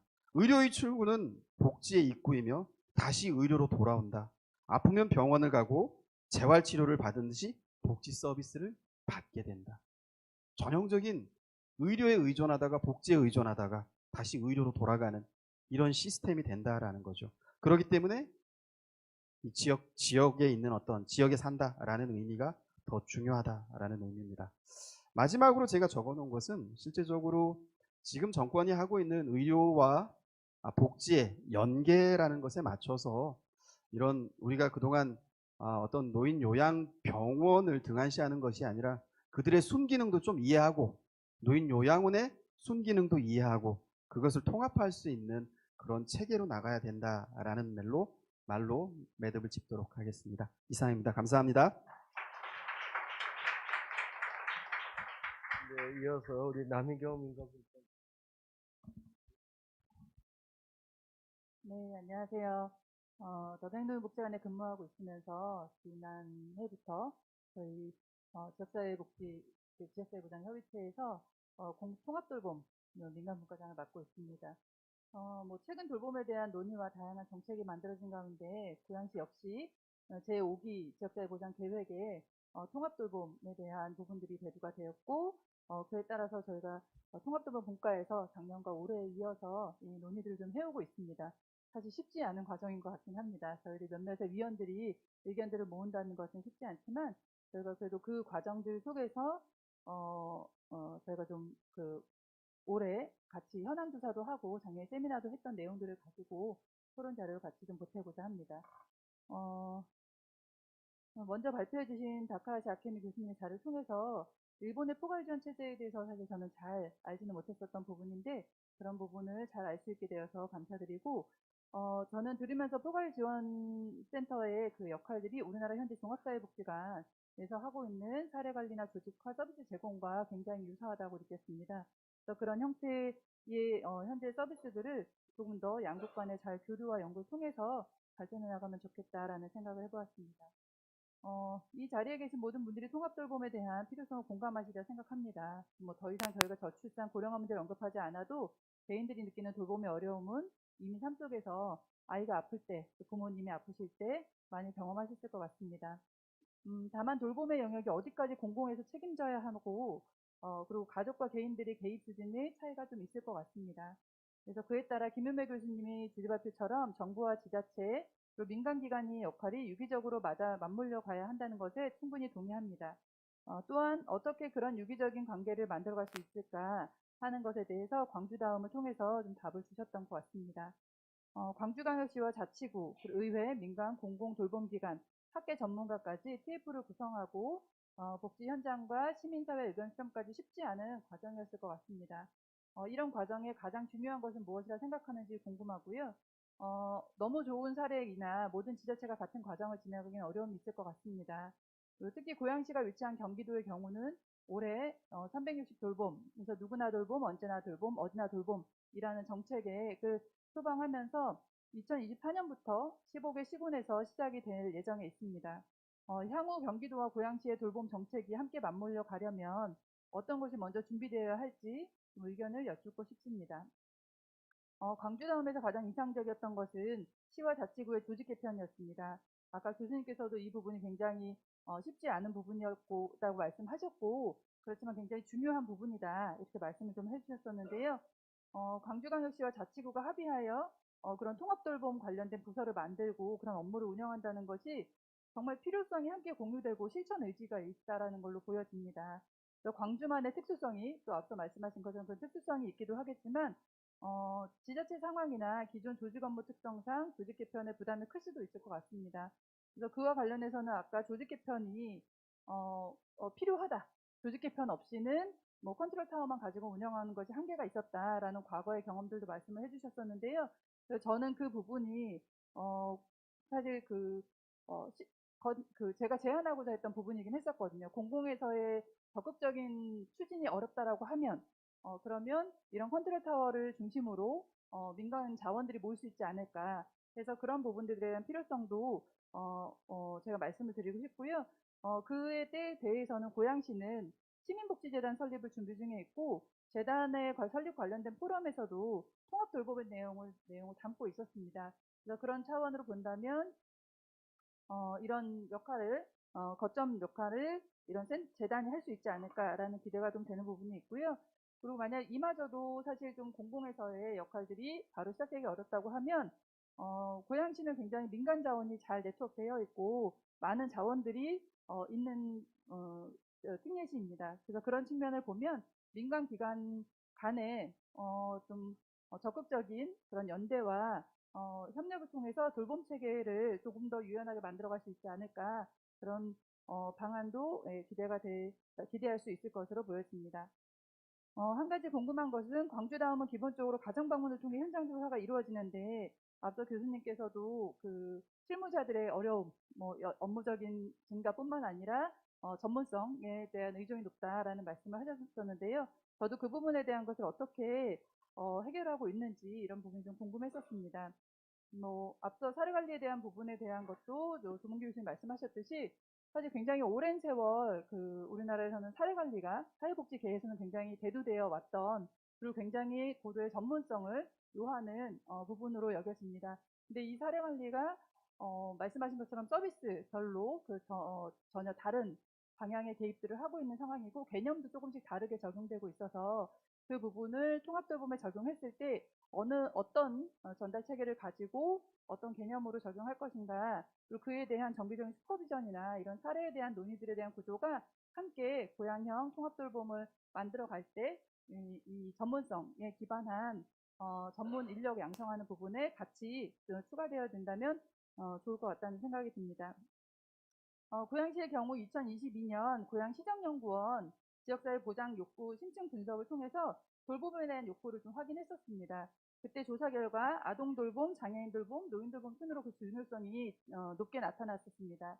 이에 따라서 통합돌봄 본과에서는 저희가 아동, 장애인, 노인 관련 고양시 돌봄 현황을 올해 각 현장 실무자들의 시각으로 조사하고 이용자, 보호자, 실무자의 인터뷰를 한 것을 좀 정리했습니다. 또한 통합돌봄 체계 구축을 위해 필요한 서비스와 지자체의 투입에 대해 대안 내용을 좀 정리하였는데요. 이 부분을 서비스 현황에 대한 정리는 좀 생략하고 제가 FJ 내용과 재현 내용을 정리해서 몇 가지 말씀을 드리면 첫 번째, 경제활동의 제약이나 갑작스러운 상황에 돌봄 공백이 발생했을 때 해결할 수 있는 긴급 돌봄이나 일시 돌봄 서비스에 대한 필요성이 좀 제기되었습니다. 많은 실무자들뿐만 아니라 실제 아동을 보호하고 장애인을 돌보고 또 노인을 돌보고 있는 보호자들께서 하신 말씀이 공적 서비스를 통해서 장기요양이나 장애인 활동 지원 서비스를 통해서 서비스를 받고 있지만 그 외에 갑작스럽게 공백이 발생했을 때 받을 수 있는 장기 서비스가 필요하다. 그거에 대한 절실함을 말씀하셨고요. 두 번째로는 서비스 접근성 강화의 필요성입니다. 광주다움에서도 돌봄콜을 통한 누구나 쉽게 신청할 수 있는 방법을 준비한 것처럼 저희가 통합돌봄에서 논의했던 부분은 이제는 사실 어려움이 있거나 이런 분들을 가장 먼저 어디 가서 신청을 해야 되는가 알아봐야 하는가 하면 누구나 떠오르는 것이 가장 먼저 주민센터일 것입니다. 그래서 주민센터를 통한 그런 일원화된 서비스 정보를 정보를 제공받을 수 있도록 그런 접근성을 강화하는 부분에 대한 논의가 있었고요.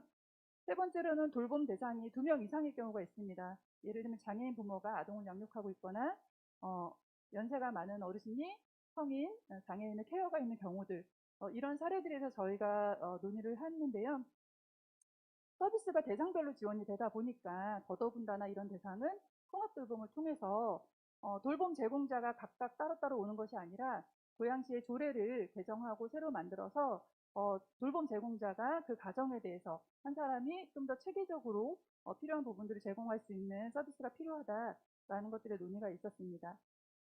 그리고 네 번째로는 돌봄 서비스 제공자에 대한 처우 개선입니다. 아시다시피 저희 기관에서도 노인 어르신들 대상으로 맞춤 돌봄 서비스가 제공 중인데 다 파트타임 계약직으로 굉장히 오랫동안 그 업무를 수행하고 있음에도 불구하고 굉장히 최저임금의 수준의 처우를 받고 계신 상황이어서 이런 돌봄 제공자에 대한 처우 개선을 통한 서비스의 질 향상이 필요하다라는 의견이 있었습니다. 다섯 번째로 중복과 사각지대 문제를 해결하기 위해 좀 이런 서비스를 제공함에 있어서 시각적으로 서비스가 정말 어디에 편중되어 있는가 아니면은 정말 잘 균형적으로 되어 있는가 어느 지역에 가서 내가 어떤 서비스를 받을 수 있는가 하는 것들을 좀 더 서비스별로 돌봄 서비스 지도를 작성해서 고양시의 시민들이 좀 그런 지역별 서비스 균형을 맞춰서 서비스를도 신청할 수 있고 또 고양시에서도 서비스를 계획함에 있어서 지역별로 편차를 두지 않고 균형 있게 서비스 제공 마련할 수 있도록 하는 부분이 필요하다는 의견이 있었습니다. 마지막 여섯 번째는 고양시의 강점을 활용해서 기존 서비스 체계를 좀 활용한 컨트롤 타워를 했습니다. 아까 앞서 말씀드린 것처럼 시민복지재단이 될 수도 있겠지만 지역사회보장 협의체 내에서 현재 그 통합돌봄이 아니라 그 통합사례회의, 종합사회복지관을 중심으로 되어 있는 사례회 권역별 회의가 정기적으로 진행이 되고 있고요. 그 안에서 또 통합사례회의가 진행이 되고 있습니다. 그래서 그런 부분들을 조금 더 체계적으로 공공에서 함께 갖춘다고 하면 그런 역할을 협의체가 할 수도 있을 것 같다. 그리고 또한 앞서 말씀드린 것처럼 종합사회복지관이 사실은 굉장히 많은 지역 내에서 역할들을 하고 있고 다양한 서비스들이 직결되고 있고 사례 관리를 중심으로 그 사업이 진행되고 있어서 어떤 체계가 되었든 우리가 조금 더 고양시의 현장에 맞는 또 빠르게 서비스를 제공할 수 있는 그런 체계로다가 함께 논의를 하면 좋을 것 같습니다. 그래서 이 내용들이 저희가 이제 그 현황 조사에서 된 내용을 정리해서 말씀드렸고요. 그래서 제가 말씀드렸던 이런 내용들을 보면 광주다움에서 담고 있는 서비스 내용들과 사실 대동소이합니다. 그래서 특히 단기보호 서비스는 민간에서 운영상의 어려움으로 서비스가 중단되기도 했기 때문에 공공에서 운영하는 것이 바람직하고, 광주의 돌봄콜과 주민센터의 적극적인 아웃리치와 같은 동일한 서비스 접근성 강화의 필요성이 담겼습니다. 다른 내용도 마찬가지로 결국 인간에게 필요한 돌봄의 내용은 다르지 않은데 얼마나 이걸 공감하고 빠르게 저희가 좀 그런 모형들을 만들어 가느냐 하는 것들은 좀 의지의 차이라는 생각합니다. 그래서 광주광역시는 예산을 마련하고 이런 돌봄 체계를 구축했습니다. 적지 않은 예산을 확보하였는데요. 고양시도 이런 돌봄 통합 돌봄 체계를 위한 논의와 함께 예산 확보가 같이 이루어지기를 좀 희망해 봅니다. 돌봄은 궁극적으로 다른 사람이 아닌 나와 내 가족에게 필요한 서비스라는 걸 기억하고 정말 힘이 되고 든든한 돌봄을 통해서 서비스 당사자의 삶뿐만 아니라 가족들도 좀 건강한 삶을 살 수 있었으면 좋겠다라는 생각이 좀 들고요. 이제는 우리 사회가 개인이 아닌 우리 사회가 하나의 가족이 돼서 돌봄의 무게를 좀 나눠 가지면 좋겠다라는 바람을 가져보면서 108만 도시 고향 특례시가 돌봄으로 어려움이 있는 가족들을 좀 촘촘하게 지원하고 든든한 울타리가 되기를 기대하면서 토론을 마치겠습니다. 감사합니다.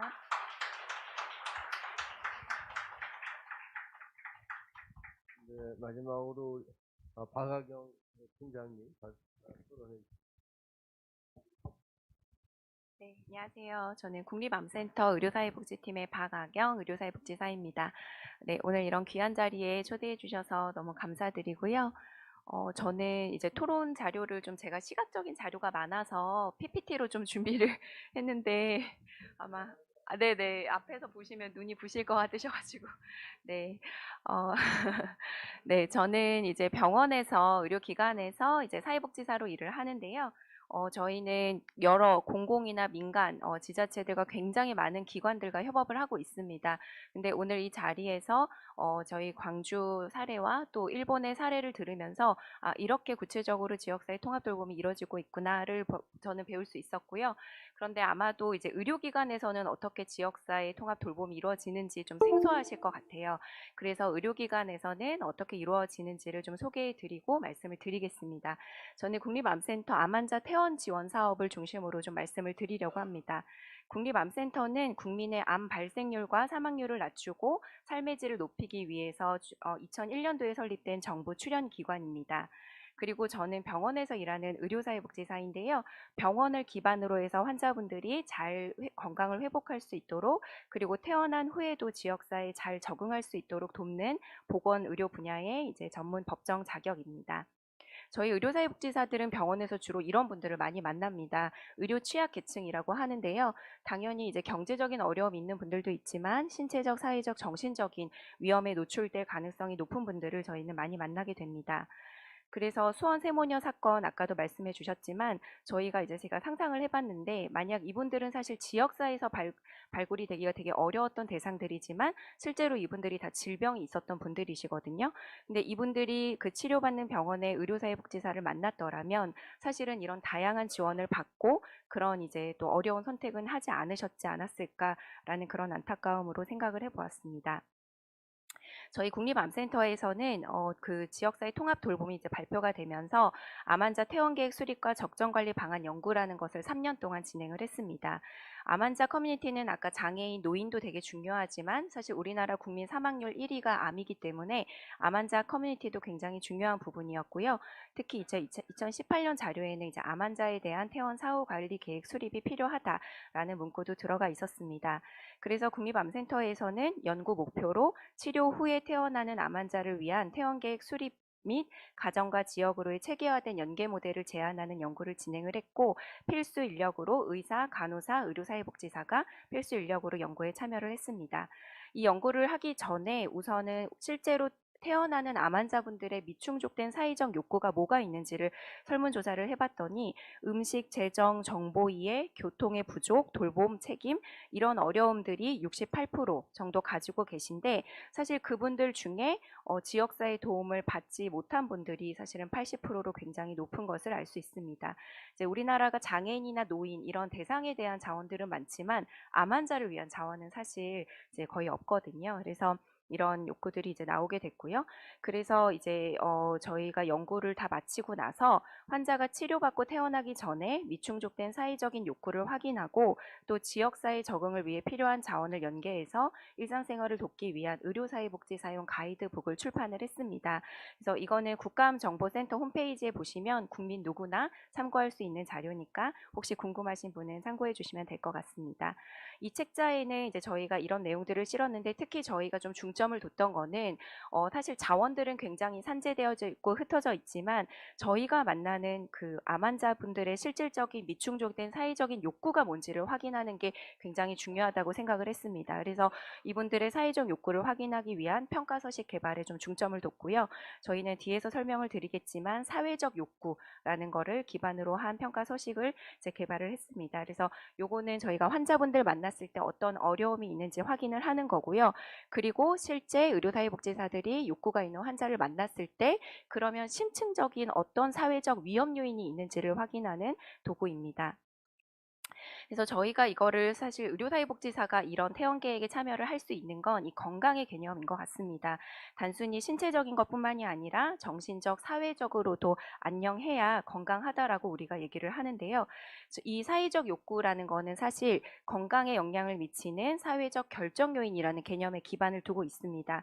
이 결정 요인은 어떤 한 개인의 건강이라는 게 단순히 그 사람의 생활 습관이 나빠서 술 먹고 담배를 피고 뭐 여러 가지 그 사람의 개인적인 노력이 부족해서라기보다는 이 사람이 살고 있는 그 사회 환경 이게 굉장히 영향을 많이 미친다라는 그런 이제 부분입니다. 그래서 사실 그 수도권 한가운데에 거주하시는 분과 저기 지방의 외딴 어떤 섬 같은 데 거주하시는 분들의 건강이 사실 병원의 접근성이나 교통이나 이런 면에 있어서 굉장히 달라지겠죠. 그래서 이런 건강 격차가 생기는 건데 이제 이런 것들은 이런 사회적인 요인에 영향을 미친다고 합니다. 이건 실제 이제 저희 책자에 나와 있고 저희가 이제 여러 연구 자료를 찾은 근거인데요. 특히 암 환자분들 같은 경우 재정 상태가 그 환자분의 건강에 영향을 미칠 수 있고요. 또 음식이 굉장히 불안정할 때 이런 건강에 영향을 미칠 수 있고 교통이 부족하거나 주거가 불안정하거나 어떤 이해력, 건강 정보 이해력이 떨어지시는 분들도 건강이 악화될 수가 있습니다. 근데 이 모든 것들의 원인 중에 원인으로 이제 저는 이걸 지난 3년간 해보면서 느끼는 건 사회적 고립이 또 이 모든 것들의 또 원인이 되지 않을까라는 생각을 하고 실제로 사회적 고립이 이 사회적 결정 요인의 굉장히 중요한 부분입니다. 그럼 이런 건강에 미치는 사회적 결정 요인을 확인하기 위해서 표준화된 스크리닝 도구가 있는지 이제 외국 자료들을 찾아봤는데 상당히 많이 있더라고요. 이미 뭐 미국이나 여러 국가들에서는 이런 특히 미국 같은 경우는 건강 격차가 워낙 심한 나라기 불평등이 워낙 심한 나라기 때문에 이런 사회적 욕구 스크리닝 도구를 가지고 특히 이 도구가 근데 병원 도구가 아니고요. 암 환자용 도구도 아닙니다. 지역사회에서 만들어진 도구입니다. 그래서 외국에서는 지역사회와 병원 이제 곳곳에서 다 쓰고 있는데요.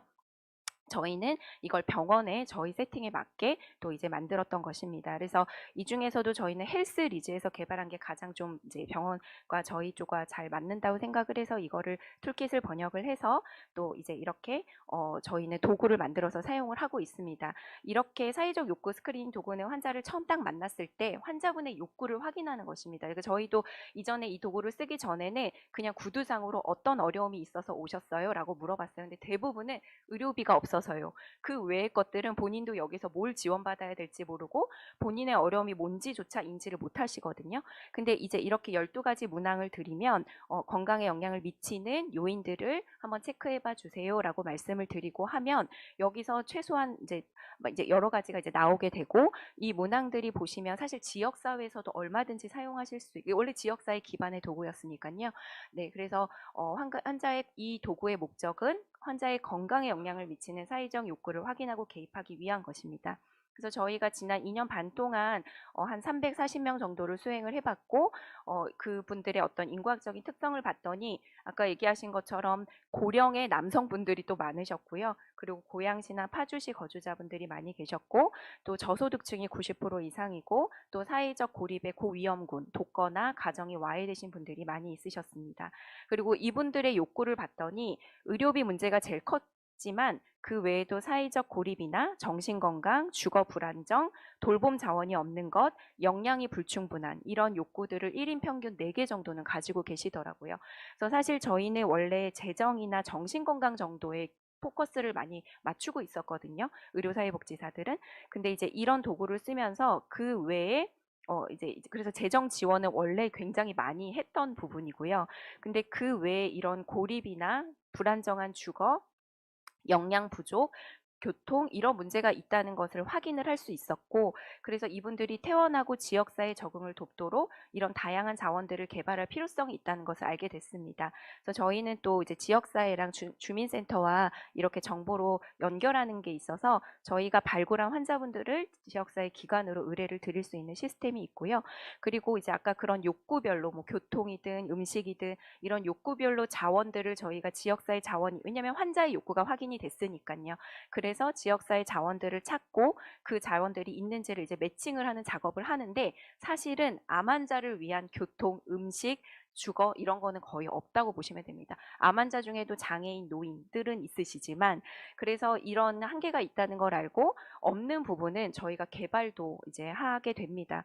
그래서 왜냐하면 환자들의 욕구는 너무 있는데 자원이 없기 때문에 저희가 이제 다양하게 여러 부서 또는 여러 기관과 협력을 해서 환자분들의 암 환자분들의 사회적 욕구에 기반한 자원들을 만들게 되는데 특히 암 환자들은 정신 건강이 되게 필요해서 이제 이런 것들을 저희가 워낙에 했던 일들이고요. 그 외에도 사실 이게 사회적 욕구 도구를 쓰면서 저희가 교통이나 역량이나 이런 자원들을 만들게 된 거예요. 그래서 암 환자를 위한 교통 프로그램, 그 다음에 특히 음식은 저희 기초생활수급자 분들도 많이 계시는데 지역사회에서 받으세요. 그런데 이분들 얘기가 항암 치료하고 암 치료하는 동안은 그 지역사회에서 받는 음식이 맵고 짜서 못 드셔서 그냥 버리시게 된다는 거예요. 그러니까 암 환자 맞춤형의 어떤 자원이 연계가 되지 않는 것들이 많은 거죠. 그래서 저희는 이제 영양 음료, 이제 암 환자분들 드시기 좋은 이제 그런 것들을 또 지원을 해드리게 되고요.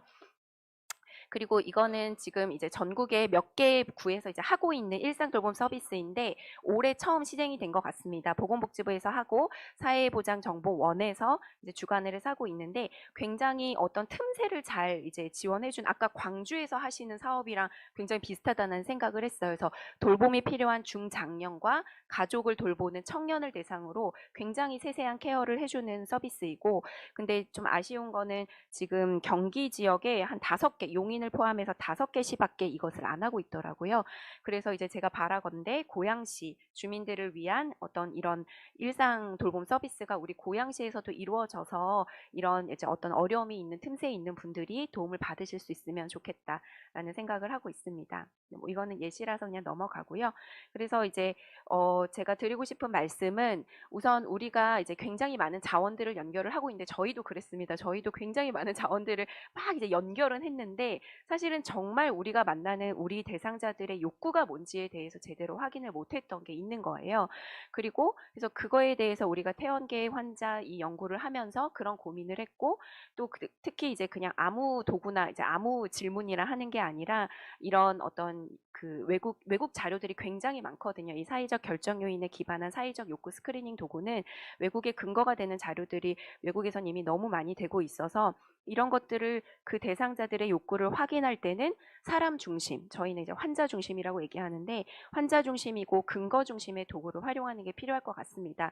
아마 이게 아까 광주에서도 얘기해 주신 것처럼 어떤 인력의 그런 질에 따라서 그 환자의 니즈를 확인하는 게 다르거든요. 저희도 마찬가지예요. 병원에서 연차별로 어떤 사람이 상담하냐에 따라서 그 대상자의 욕구를 확인하는 게 다른데 그래도 어느 정도 이런 가이드라인이 갖춰져 있으면 기본적으로 필요한 욕구들은 확인을 할 수가 있게 됩니다. 그리고 또 그거를 어떻게 이제 이 상담을 하는지는 이제 트레이닝을 또 해야 되겠죠. 그래서 이제 이런 게 필요한 것 같고, 그리고 이제 이 도구가 아까 말씀드린 것처럼 암 환자용도 아니고 병원용도 아니고 원래는 지역사회에서 이런 어려움이 있는 분들을 발굴하기 위해서 만들어진 도구기 때문에 사실 제가 얼마 전에도 노인복지관을 방문했는데 거기 팀장님이 환자분들의 그러니까 노인분들의 욕구를 확인해야 되는데 그거를 확인한 도구가 어디서 내려온 게 있는데 너무 복잡해서 좀 하기가 어렵다 얘기를 하시더라고요. 그래서 제가 이제 이 도구도 한번 고민해 보시고 굉장히 간단하면서도 그런 사회적 욕구를 또 확인할 수 있는 도구이니까 이제 그렇게 해서 만약에 병원이든 지역사회가 같이 이런 맥락을 같이 하는 것들을 활용을 한다면 욕구를 같이 확인할 수 있다면 그런 욕구의 대상자분들의 어떤 욕구에 대한 데이터도 쌓을 수가 있고 그중에 어떤 이분들이 필요한 욕구는 있는데 자원이 없다면 그것을 같이 개발할 수 있는 근거도 될 수 있고 또 필요하다면 사실은 제도적이고 정책적인 그런 변화도 필요하잖아요. 근데 아무렇거나 해주는 게 아니고 이런 데이터들이 쌓여야 되기 때문에 이런 것들을 같이 쌓아서 그런 대상자들의 목소리를 대변해주는 역할도 할 수 있을 거라고 생각을 합니다. 네, 이상입니다. 감사합니다.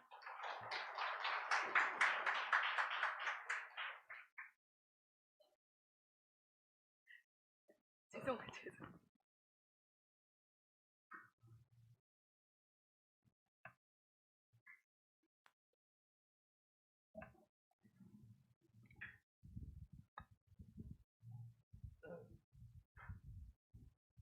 네, 세 분의 토론 잘 들었습니다.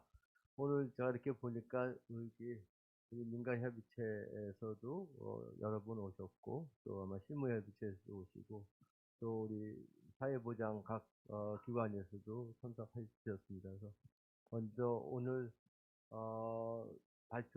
두 분의 발표와 또 세 분의 토론을 들었는데 먼저 플로어에서 여러분 의견이나 또 뭐 질의가 있으면 말씀해 주시기 바랍니다.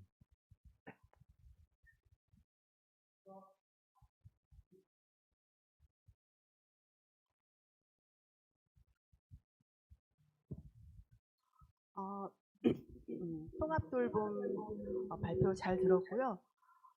저는 이제 한 가지 떠오르는 생각이 뭐냐면 아까도 케어기버, 네, 결국은 이렇게 활동하시는 분들을 어떻게 모집하고 그분들을 잘 조직화할 수 있을까 그런 생각이 들고요. 그와 관련해서 그 한국사회복지협의회에서 하고 있는 사회공헌 기부은행이라는 게 있어요. 사회공헌 활동. 그래서 이거는 좀 돌봄도 관련돼 있지만 아까 그 박야경 선생님이 말씀하셨던 그런 여러 가지 그 활동이 다 포함이 되어 있거든요. 그래서 그런 활동을 하면 그 돌봄 포인트가 쌓여서 그 포인트를 가지고 자기 뭐 엄마라든가 아빠라든가 뭐 이렇게 부모님한테도 케어를 할 수 있는 그런 기회를 드리고 하는데 혹시 그런 것을 도입하면 어떨까 하는 생각이 듭니다.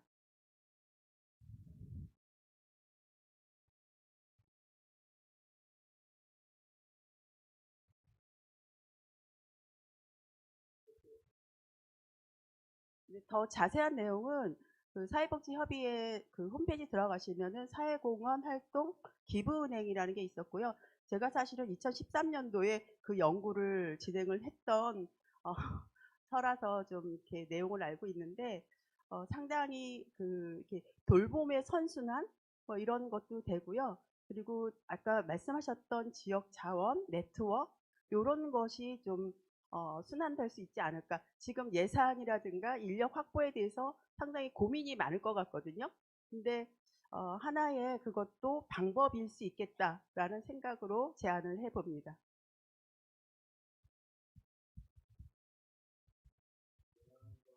의견을 말씀해 주셨는데요. 또 네, 여기 뒤에 분 한 분 계시고 그 다음에 앞에 분 우리 네, 안녕하세요. 일단 그 두 분 기조 강연하고 세 분 토론해 주신 거 잘 들었고요. 앞에서 저기 제안해 주셨던 거랑 조금 연결되는 인력에 관련된 얘기를 조금 질문을 드리고 싶은데요.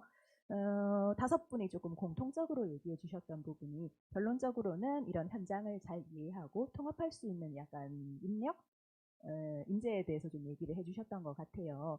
그런데 광주에서 조금 광주다움 사례를 얘기해 주시면서 조금 이제 이런 평가하고 회고하는 자리에서도 그런 비슷한 얘기가 나왔던 걸로 아까 발표를 해주셨던 것 같은데 워낙에 좋은 사례인 것 같아서 혹시 약간 개선 과제라든지 아니면 좀 발전적인 방향으로 갈 수 있는 안이 혹시 도출됐는지 그거에 관련해서 광주의 사례를 조금 더 나눠 듣고 싶고요.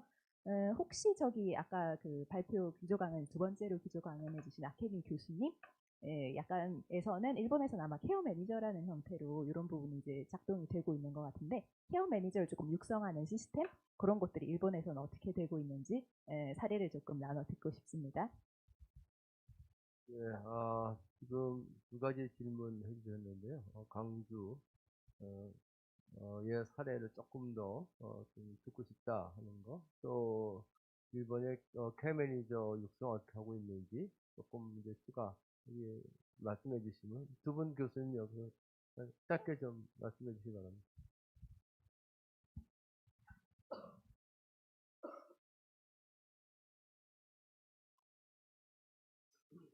먼저 그 현장에 대한 분의 활동가에 대한 부분과 그 앞으로 개선할 과제, 발전 과제에 대해서 추가 사례에 대한 것을 해달라고 요청하셨는데 일단은 가장 큰 것은요. 저희가 서비스를 제공하는 데 있어서 제공 인력에 관련된 교육에 대한 부분들을 좀 더 많이 신경 쓰자는 취지와 그다음에 그 동시간대 제공 인력에 관련된 부분들의 확보 이 두 가지가 저희들한테는 가장 큰 그 고민 중에 하나였습니다. 그래서 이런 부분들은 현 시점에서 봤을 때는 자체 평가를 통해 가지고 이런 것이 문제가 되어지고 있다라까지가 어제까지 이야기였어요. 예. 근데 참고로 말씀드리면 이게 올 4월 달에 시작을 한 거고요. 그리고 이에 관련된 그 진행을 하고 그에 관련된 자체 평가가 이제 어제 이제 다 나오고 이제 그 이후에 관련된 부분에 있어서 여러 가지 의견들에 대한 것들은 분명히 존재를 했습니다. 근데 그 의견이 사실상 지금 제가 얘기하지 않는 이유가 다 알고 계시는 내용들에 대해서 크게 벗어나지 않았어요. 근데 앞으로 이제 저희들이 고민될 것은 그렇다면 어떻게 해결할 것인가에 대한 회의는 저희는 계속 될 거예요. 그리고 이와 관련된 회의도 계속하고자 체계를 만들었고요. 그래서 그에 한해서 이제 만들어질 텐데, 뒤에 이제 여러 가지 또 얘기와 함께 같이 연결하면 지역사회 관련된 부분에 있을 때 가장 중심적으로 해결해야 할 문제가 무엇이냐에 대한 그 부분에 저희들은 상당히 많은 초점을 맞추고 상당히 많은 논의가 있었습니다. 그게 무슨 말이냐면 다 비슷한 대답과 비슷한 문제들에 대해서 이거 하자 이거 하자가 아니라 정말로 필요하고 근본적인 문제와 우리 지역의 욕구가 무엇인지에 관련된 것을 찾고 그것을 개념을 정의하는 과정에 저희는 상당히 난장 토론 형태로서 상당히 좀 강했어요. 그런 부분들이 있었기 때문에 아까 봤을 때 의문 방문이라든가 그런 부분들도 계속 나왔던 거고 지금 말씀하셨던 이런 문제 또한 상당히 많은 그 토론과 논의에 관련된 부분들이 상당히 좀 강하게 있고 나서 뭔가에 대한 해결책들에 대한 것들을 좀 만들지 않을까 생각이 듭니다. 답변은 이 정도밖에는 제가 드릴 수밖에 없을 것 같아요. 예, 일단은 문제 정의에 대한 부분들이 확실하게 나와야 되는데 그 문제 정의를 할 때 토론에 대한 난상 토론 형태에 대한 부분들이 반드시 있어야 한다는 거죠. 그 부분이 다른 데에서 하는 것보다 저희는 조금 심했던 것 같아요.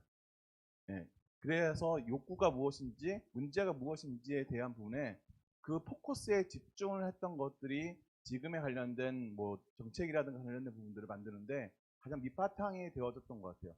그것만 거의 2달 동안 공무원하고 교수 현장에 있는 사람들이 계속 만나가지고 거의 싸우다시피 얘기를 했거든요. 그래서 나온 결론이었지 단순하게 우리가 이게 필요해요. 우리 현대에서 이런 게 필요해요. 그 정도로서도 끝나지는 않았어요. 정말로요. 피 터지게 싸웠던 것 같아요. 네, 감사합니다.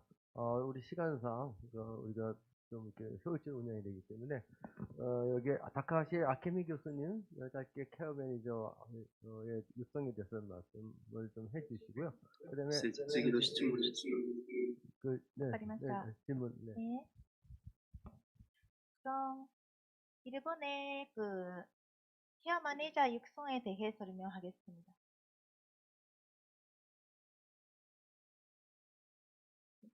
일본에서는 그 케어 매니저는 사회복지사나 개호복지사 등 국가 자격을 받은 사람이에요. 그분들은 5년 동안 실무하고 나서 도덕시험 시험을 받아야 돼요. 그 후에는 도덕시험에서 연습받고 육성합니다. 그리고 매년 연습을 받아야 합니다. 그리고 주인 케어 매니저가 있기 때문에 그 지역 안에서도 육성 시스템이 있습니다. 이상입니다. 조문기 교수님 분석해 주세요. 네, 조 교수님 오늘 혹시 추가로 말씀 드리면요. 예, 일본의 케어 매니저는 지역에서 움직이는 실무 경험을 가지고 있는 노인 복지, 노인 간호, 노인 장기 요양, 보건 이러한 지식들을 가지고 있는 전문인입니다. 실무 경험을 가지고 있어서 웬만한 지역의 노인, 그다음에 성인, 암 관련 뭐 그러한 환자들까지도 상담이 가능하고 그러한 사람을 리서치해서 상담도 하고 서비스도 주는 지역의 어떤 매니저 역할을 하는 거죠. 아직 우리에겐 그러한 제도가 없습니다. 네, 안녕하세요. 저는 동력 지역아동센터 최성복 센터장입니다. 오늘 그 고양형 돌봄 방안에 대해서 발제문을 듣고 사실은 그냥 이렇게 뜬구름이 아니라 실제적인 이야기를 좀 들려주셔서 저도 고민하면서 이 내용을 좀 경청해서 들었고요. 특히 이제 제목에서 지역 관계적 접근으로 이렇게 축약해서 들어서 더 의미가 있었던 이 토론회가 아닌가 싶습니다. 사실은 이제 돌봄의 패러다임이 계속 변화하고 있잖아요. 사실 코로나19 이후에 1인 가구도 많이 증가했고, 아까 다카시 아케미 교수님이 말씀하셨던 것처럼 히키코모리라는 우리로 얘기하자면 은둔형. 그러니까 그런 분들이 사실은 살롱에 나가서 이렇게 대화를 하기 이렇게 참 쉽지가 않을 것 같아요. 근데 그런 분들을 찾아가서 촘촘하게 그 역할들을 지금 하고 있는 그 소규모 집단이 사실은 우리가 시스템이 아니라 네트워크인데 그런 것들이 좀 활성화되면 그런 사람들이 조금 더 사회에 나와서 행복하고 그들이 같이 더불어서 할 수 있는 부분이 많을 것 같은데 제가 질문 드리고 싶은 거는 다카시 아케미 교수님께서 이런 분들이 사실은 더 은둔해서 나오기 쉽지 않은데 이런 분들하고 어떻게 함께 이 살롱을 이렇게 그 지역 촘촘히 이거를 해가실 수 있을지 그거를 좀 듣고 싶고요.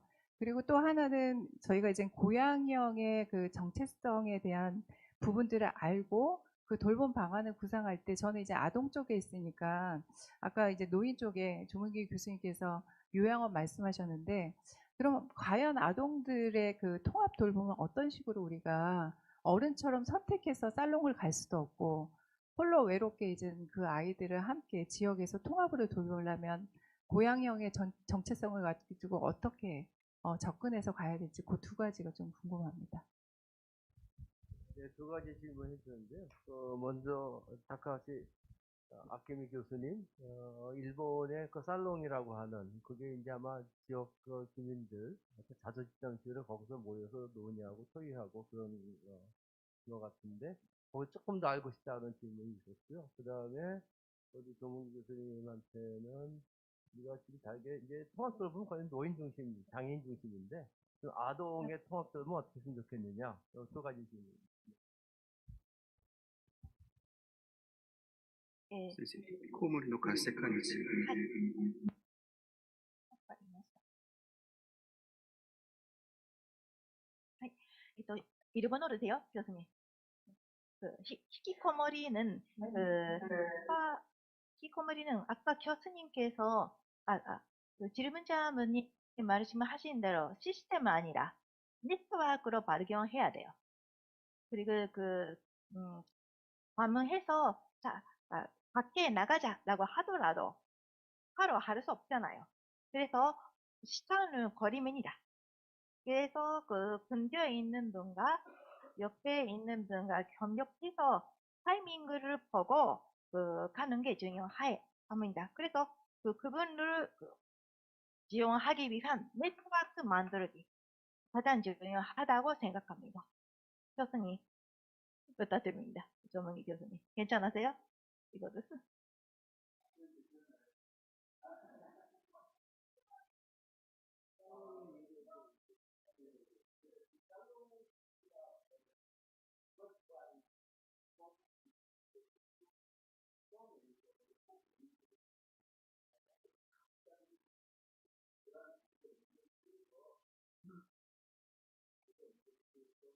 그 살롱의 운영을 활성화하기 위해서 상당히 노력을 합니다. 그러면서 살롱의 운영을 어떤 관인에 주는 것이 아니고요. 민에게도 활성화시키기 위해서 담당제를 줘서 이것이 민간에서 적자가 아닌 스스로 운영할 수 있기 때문에 이제 지도를 하는 거죠. 관에서도 지도하고 케어 매니저도 지도하고 이것이 꼭 어떤 히키코모리의 어떤 대상자 하나만을 보는 것이 아니고요. 가족 전체를 대상으로 그러니까 고령자, 히키코모리 장애인 뭐 이런 쪽에 우리는 각각의 사례를 가지만 일본은 어떤 포괄적인 접근을 해서 운영을 하기 때문에 정보 공유라든가 히키코모리가 밖으로 나올 수 있는 어떤 그 운영의 미 뭐 이런 것이 더 있다라고 생각을 합니다. 그리고 아까 저에게 질문 주신 그 아동에 대한 통합 돌봄은 저희가 좀 이 아동에 대한 통합 돌봄에 가기 전까지 여러 가지 좀 문제가 많아요. 실은 아동과 관련된 그 보육 아동의 대기자 문제, 유아 어린이집에 뭐 이런 문제라든가 또는 그 아이들의 돌봄, 방과 후 돌봄을 어떻게 할 것이냐라는 것들이 민하고 충분히 관하고 협력이 안 된 가운데 많이 이루어지고 있는 것 같습니다. 일본에서는 어린이집을 보내는 데 있어서 대기자를 제로로 하는 것들이 지자체에서 거의 실적처럼 완성화되고 있어요. 그러니까 아이를 맡길 수 있는 여유는 충분하다. 그래서 부모가 일자리로 가고 아이들이 학교로 가고 그리고 나중에 방과 후 돌봄에 대한 어떤 이런 돌봄의 영역이 꼭 민에서 주도하고 관에서 주도하는 것이 아니라 사회복지와 관련된 어떤 법인들 그래서 특히 요양원과 같이 있는 곳에 통합돌봄과 같은 아이들이 놀 수 있는 시설을 만들어서 노인의 요양과 아이들의 돌봄 이런 것들이 같이 세트가 되는 뭐 이런 식이 돼서 지역사회가 아이를 돌보는 것에 상당히 익숙해 돼 있습니다. 그래서 그걸 공생사회라고 표현을 합니다. 아이도 돌보고 노인도 돌보고 이런 식의 세트로 운영을 하고 있는 게 제가 본 사례입니다. 네, 감사합니다. 뭐 여러분 더 많은 논의 또 토의하면 좋겠는 시간이 이제 거의 다 됐습니다. 오늘 지금 여기 발표 토론 가운데 오늘 사실 중요한 주제가 고양시는 어떻게 통합 돌봄하겠는가에 대해서 얘기가 됐는데요. 거기서 혹시 우리 토론해 주신 우리 남 과장님 또 의견이 있으시면 또 그 다음에 저희가 통합 돌봄 가운데 주로 이제 우리나라는 노인 장애인 뭐 지금 이제 아동도 나왔습니다만은 암센터에서는 암 환자의 사회 복귀 과정에서의 통합 돌봄이 이제 필요하다. 그런 말씀을 구체적인 어떻게 하고 있는가 하는 것을 말씀해 주셨습니다. 거기에 대해서 혹시 언급할 내용이나 질문 있으면 해주시기 바랍니다. 두 분 선생님 없으신가요? 예, 시간이 없었습니다. 자, 그러면 뭐 이제 마치도록 하겠습니다. 저는 그냥 오늘 우리 두 분 기조 강연 하신 분들 참 말씀 좋았고요. 우리 한국이 어떻게 광주시가 하고 있는가는 좋은 사례 발표 들었고 또 일본은 사실 노인 문제에 있어서는 우리가 지금 일본 것을 거의 뭐 쫓아가고 있잖아요. 개호보험 생기고 우리가 장기요양보험 생기면서 어떤 여러 가지 문화적으로나 사회 경제적 비슷한 면이 많아서 일본은 많이 저희가 벤치마킹 하고 있기 때문에 거기다 또 좋은 사례도 좋았습니다. 마지막으로 그냥 저 개인의 의견 얼마큼 들을지 모르겠습니다만 몇 가지 그냥 어떤 우리의 과제 또 우리가 생각해야 될 거 던지고 마치도록 하겠습니다. 통합돌봄 우리가 처음에 2019년도인가 시작할 때 그 커뮤니티 케어인데 이제 나중에 그걸 통합돌봄이라고 제가 이게 번역을 한 건지 아니면은 우리나라가 커뮤니티 케어를 한국식으로 좀 더 하겠다 해서 통합돌봄을 한 건지 잘 모르겠어요. 그걸. 예, 그게 왜냐하면 좀 질문이 있습니다만은 원래 커뮤니티 케어는 지역사회 중심에 굉장히 방점이 찍혀져 있는 거거든요. 네, 그래서 거기에 조금 이제 질문이 있었고요. 그러면서 이제 우리나라는 우리가 참 대한민국 잘하는 거 많습니다. 그러니까 도움을 받다가 세계 최초로 도움을 준 나라로 바뀌었잖아요. 경제상정도 잘하는 면이 있는데 우리가 또 문제점도 많이 있죠. 저는 질문하고 싶습니다. 대한민국 지역사회가 있는가? 우리는 지역사회 돌봄이 지역사회가 있는가 하는 질문을 해보고 싶고요. 저는 제 스스로 아파트에 고향시 와서 20몇 년 살면서 정말 제 앞집에 있는 주민 누군지 몰라요. 서로 한 번도 인사해 본 적 없어요. 단 한 번도 정말이에요. 그러니까 전부 다 아파트 대규모 아파트 밀집 지역에 살면서 닭장 속에서 우리 같이 살기 때문에 왜냐하면 이게 다르거든요. 주거 형태가요. 그냥 마을 형태가 오고 가면서 다 만나거든요. 근데 이게 엘리베이터 타고 다 올라갔다 내렸다 하니까는 접촉할 일이 거의 없어요. 그래서 이게 정말 우리 지역사회가 될 수 있겠는가 하는 질문을 좀 해보고요. 그 다음에 우리나라처럼 또 일을 잘하면서도 집단 간의 이해관계가 높은 나라가 없습니다. 의료 분야하고 복지 분야하고 또 의료 분야 내에서도 의학하고 아까 의료하고 약물 분야하고 의사하고 간호사하고 사회복지사에서도 사회복지협회하고 협의회하고 이게 굉장히 이해관계가 너무 첨단해서 법제화도 안 되고 굉장히 갈등이 많아요. 이러면서 무슨 통합을 해요? 네, 통합이 안 되죠. 네? 뭐 그런 면이 있고요. 그 다음에 저희 지역사회보장협의체도 사실 처음에 만들었을 때 가장 중요한 게 민간 협력이었어요. 두 번째가 뭐냐면 민간 자원의 활용이었습니다. 세 번째 이제 우리가 이제는 사회복지에서 보다 넓게 사회보장으로 가자. 근데 잘 되고 있는지 제가 잘 모르겠고요. 그 다음에 또 우리나라 문제점은 정책의 일관성이 없어요. 정권 바뀌면 다 바뀌어요. 얼마 전에 우리나라 광역지자체에서 사회서비스원에서 저를 찾아왔습니다. 뭐 애로사항 묻느라고. 아니 정권이 바뀌었다고 이렇게 바뀔 수가 있나? 그리고 정책을 만든 사람도 정말 이게 국민한테 필요한 정책인지 생각 안 하고 야 이거 만들면은 표를 얼마나 받을 수 있겠는가? 거기에 방점이 많이 쫓겨 있거든요. 그러니까는 정권 바뀌면 또 다 바꾸죠. 자기네가 만든 그 어떤 정책 공약에 따라서 표가 왔다 갔다 할 수 있다고 보기 때문에 좋은 정책도 바꿔버립니다. 이런 것 때문에 우리나라가 참 아직까지 참 저희가 잘하고 있음에도 불구하고 갈 길이 좀 멀다 하는 생각이 드는데 아무튼 오늘 5분의 그 발표와 토론은 이런 문제를 해결하는 데 저는 많이 도움이 있다고 생각하고요. 고양시도 통합돌봄이 잘할 수 있는 그런 저희가 지자체가 됐으면 좋겠다 하는 말씀을 드리고 마치도록 하겠습니다. 감사합니다. 네, 긴 시간 동안 그 플로어에 참여해 주면서 다양한 의견 주신 분들과 그다음에 그 발표와 토론을 준비해 주신 우리 앞에 계셨던 발표자와 토론자분들 그리고 총평을 해 주신 자장님께 다시 한번 감사드립니다. 저희 오늘 토론회는 유튜브로 촬영이 됐습니다. 그래서 저희 그 협체 홈페이지와 SNS 그다음에 오늘 추가된 자료도 같이 더 올릴 예정입니다. 다양한 의견을 좀 달아주시면 추가적으로 질문이 있는 부분들을 함께 나누도록 하겠습니다. 이상으로 2023 고양시민 거버넌스 대학과 지역 관계적 접근의 고양형 돌봄 방안 컨퍼런스를 모두 마치도록 하겠습니다. 감사합니다.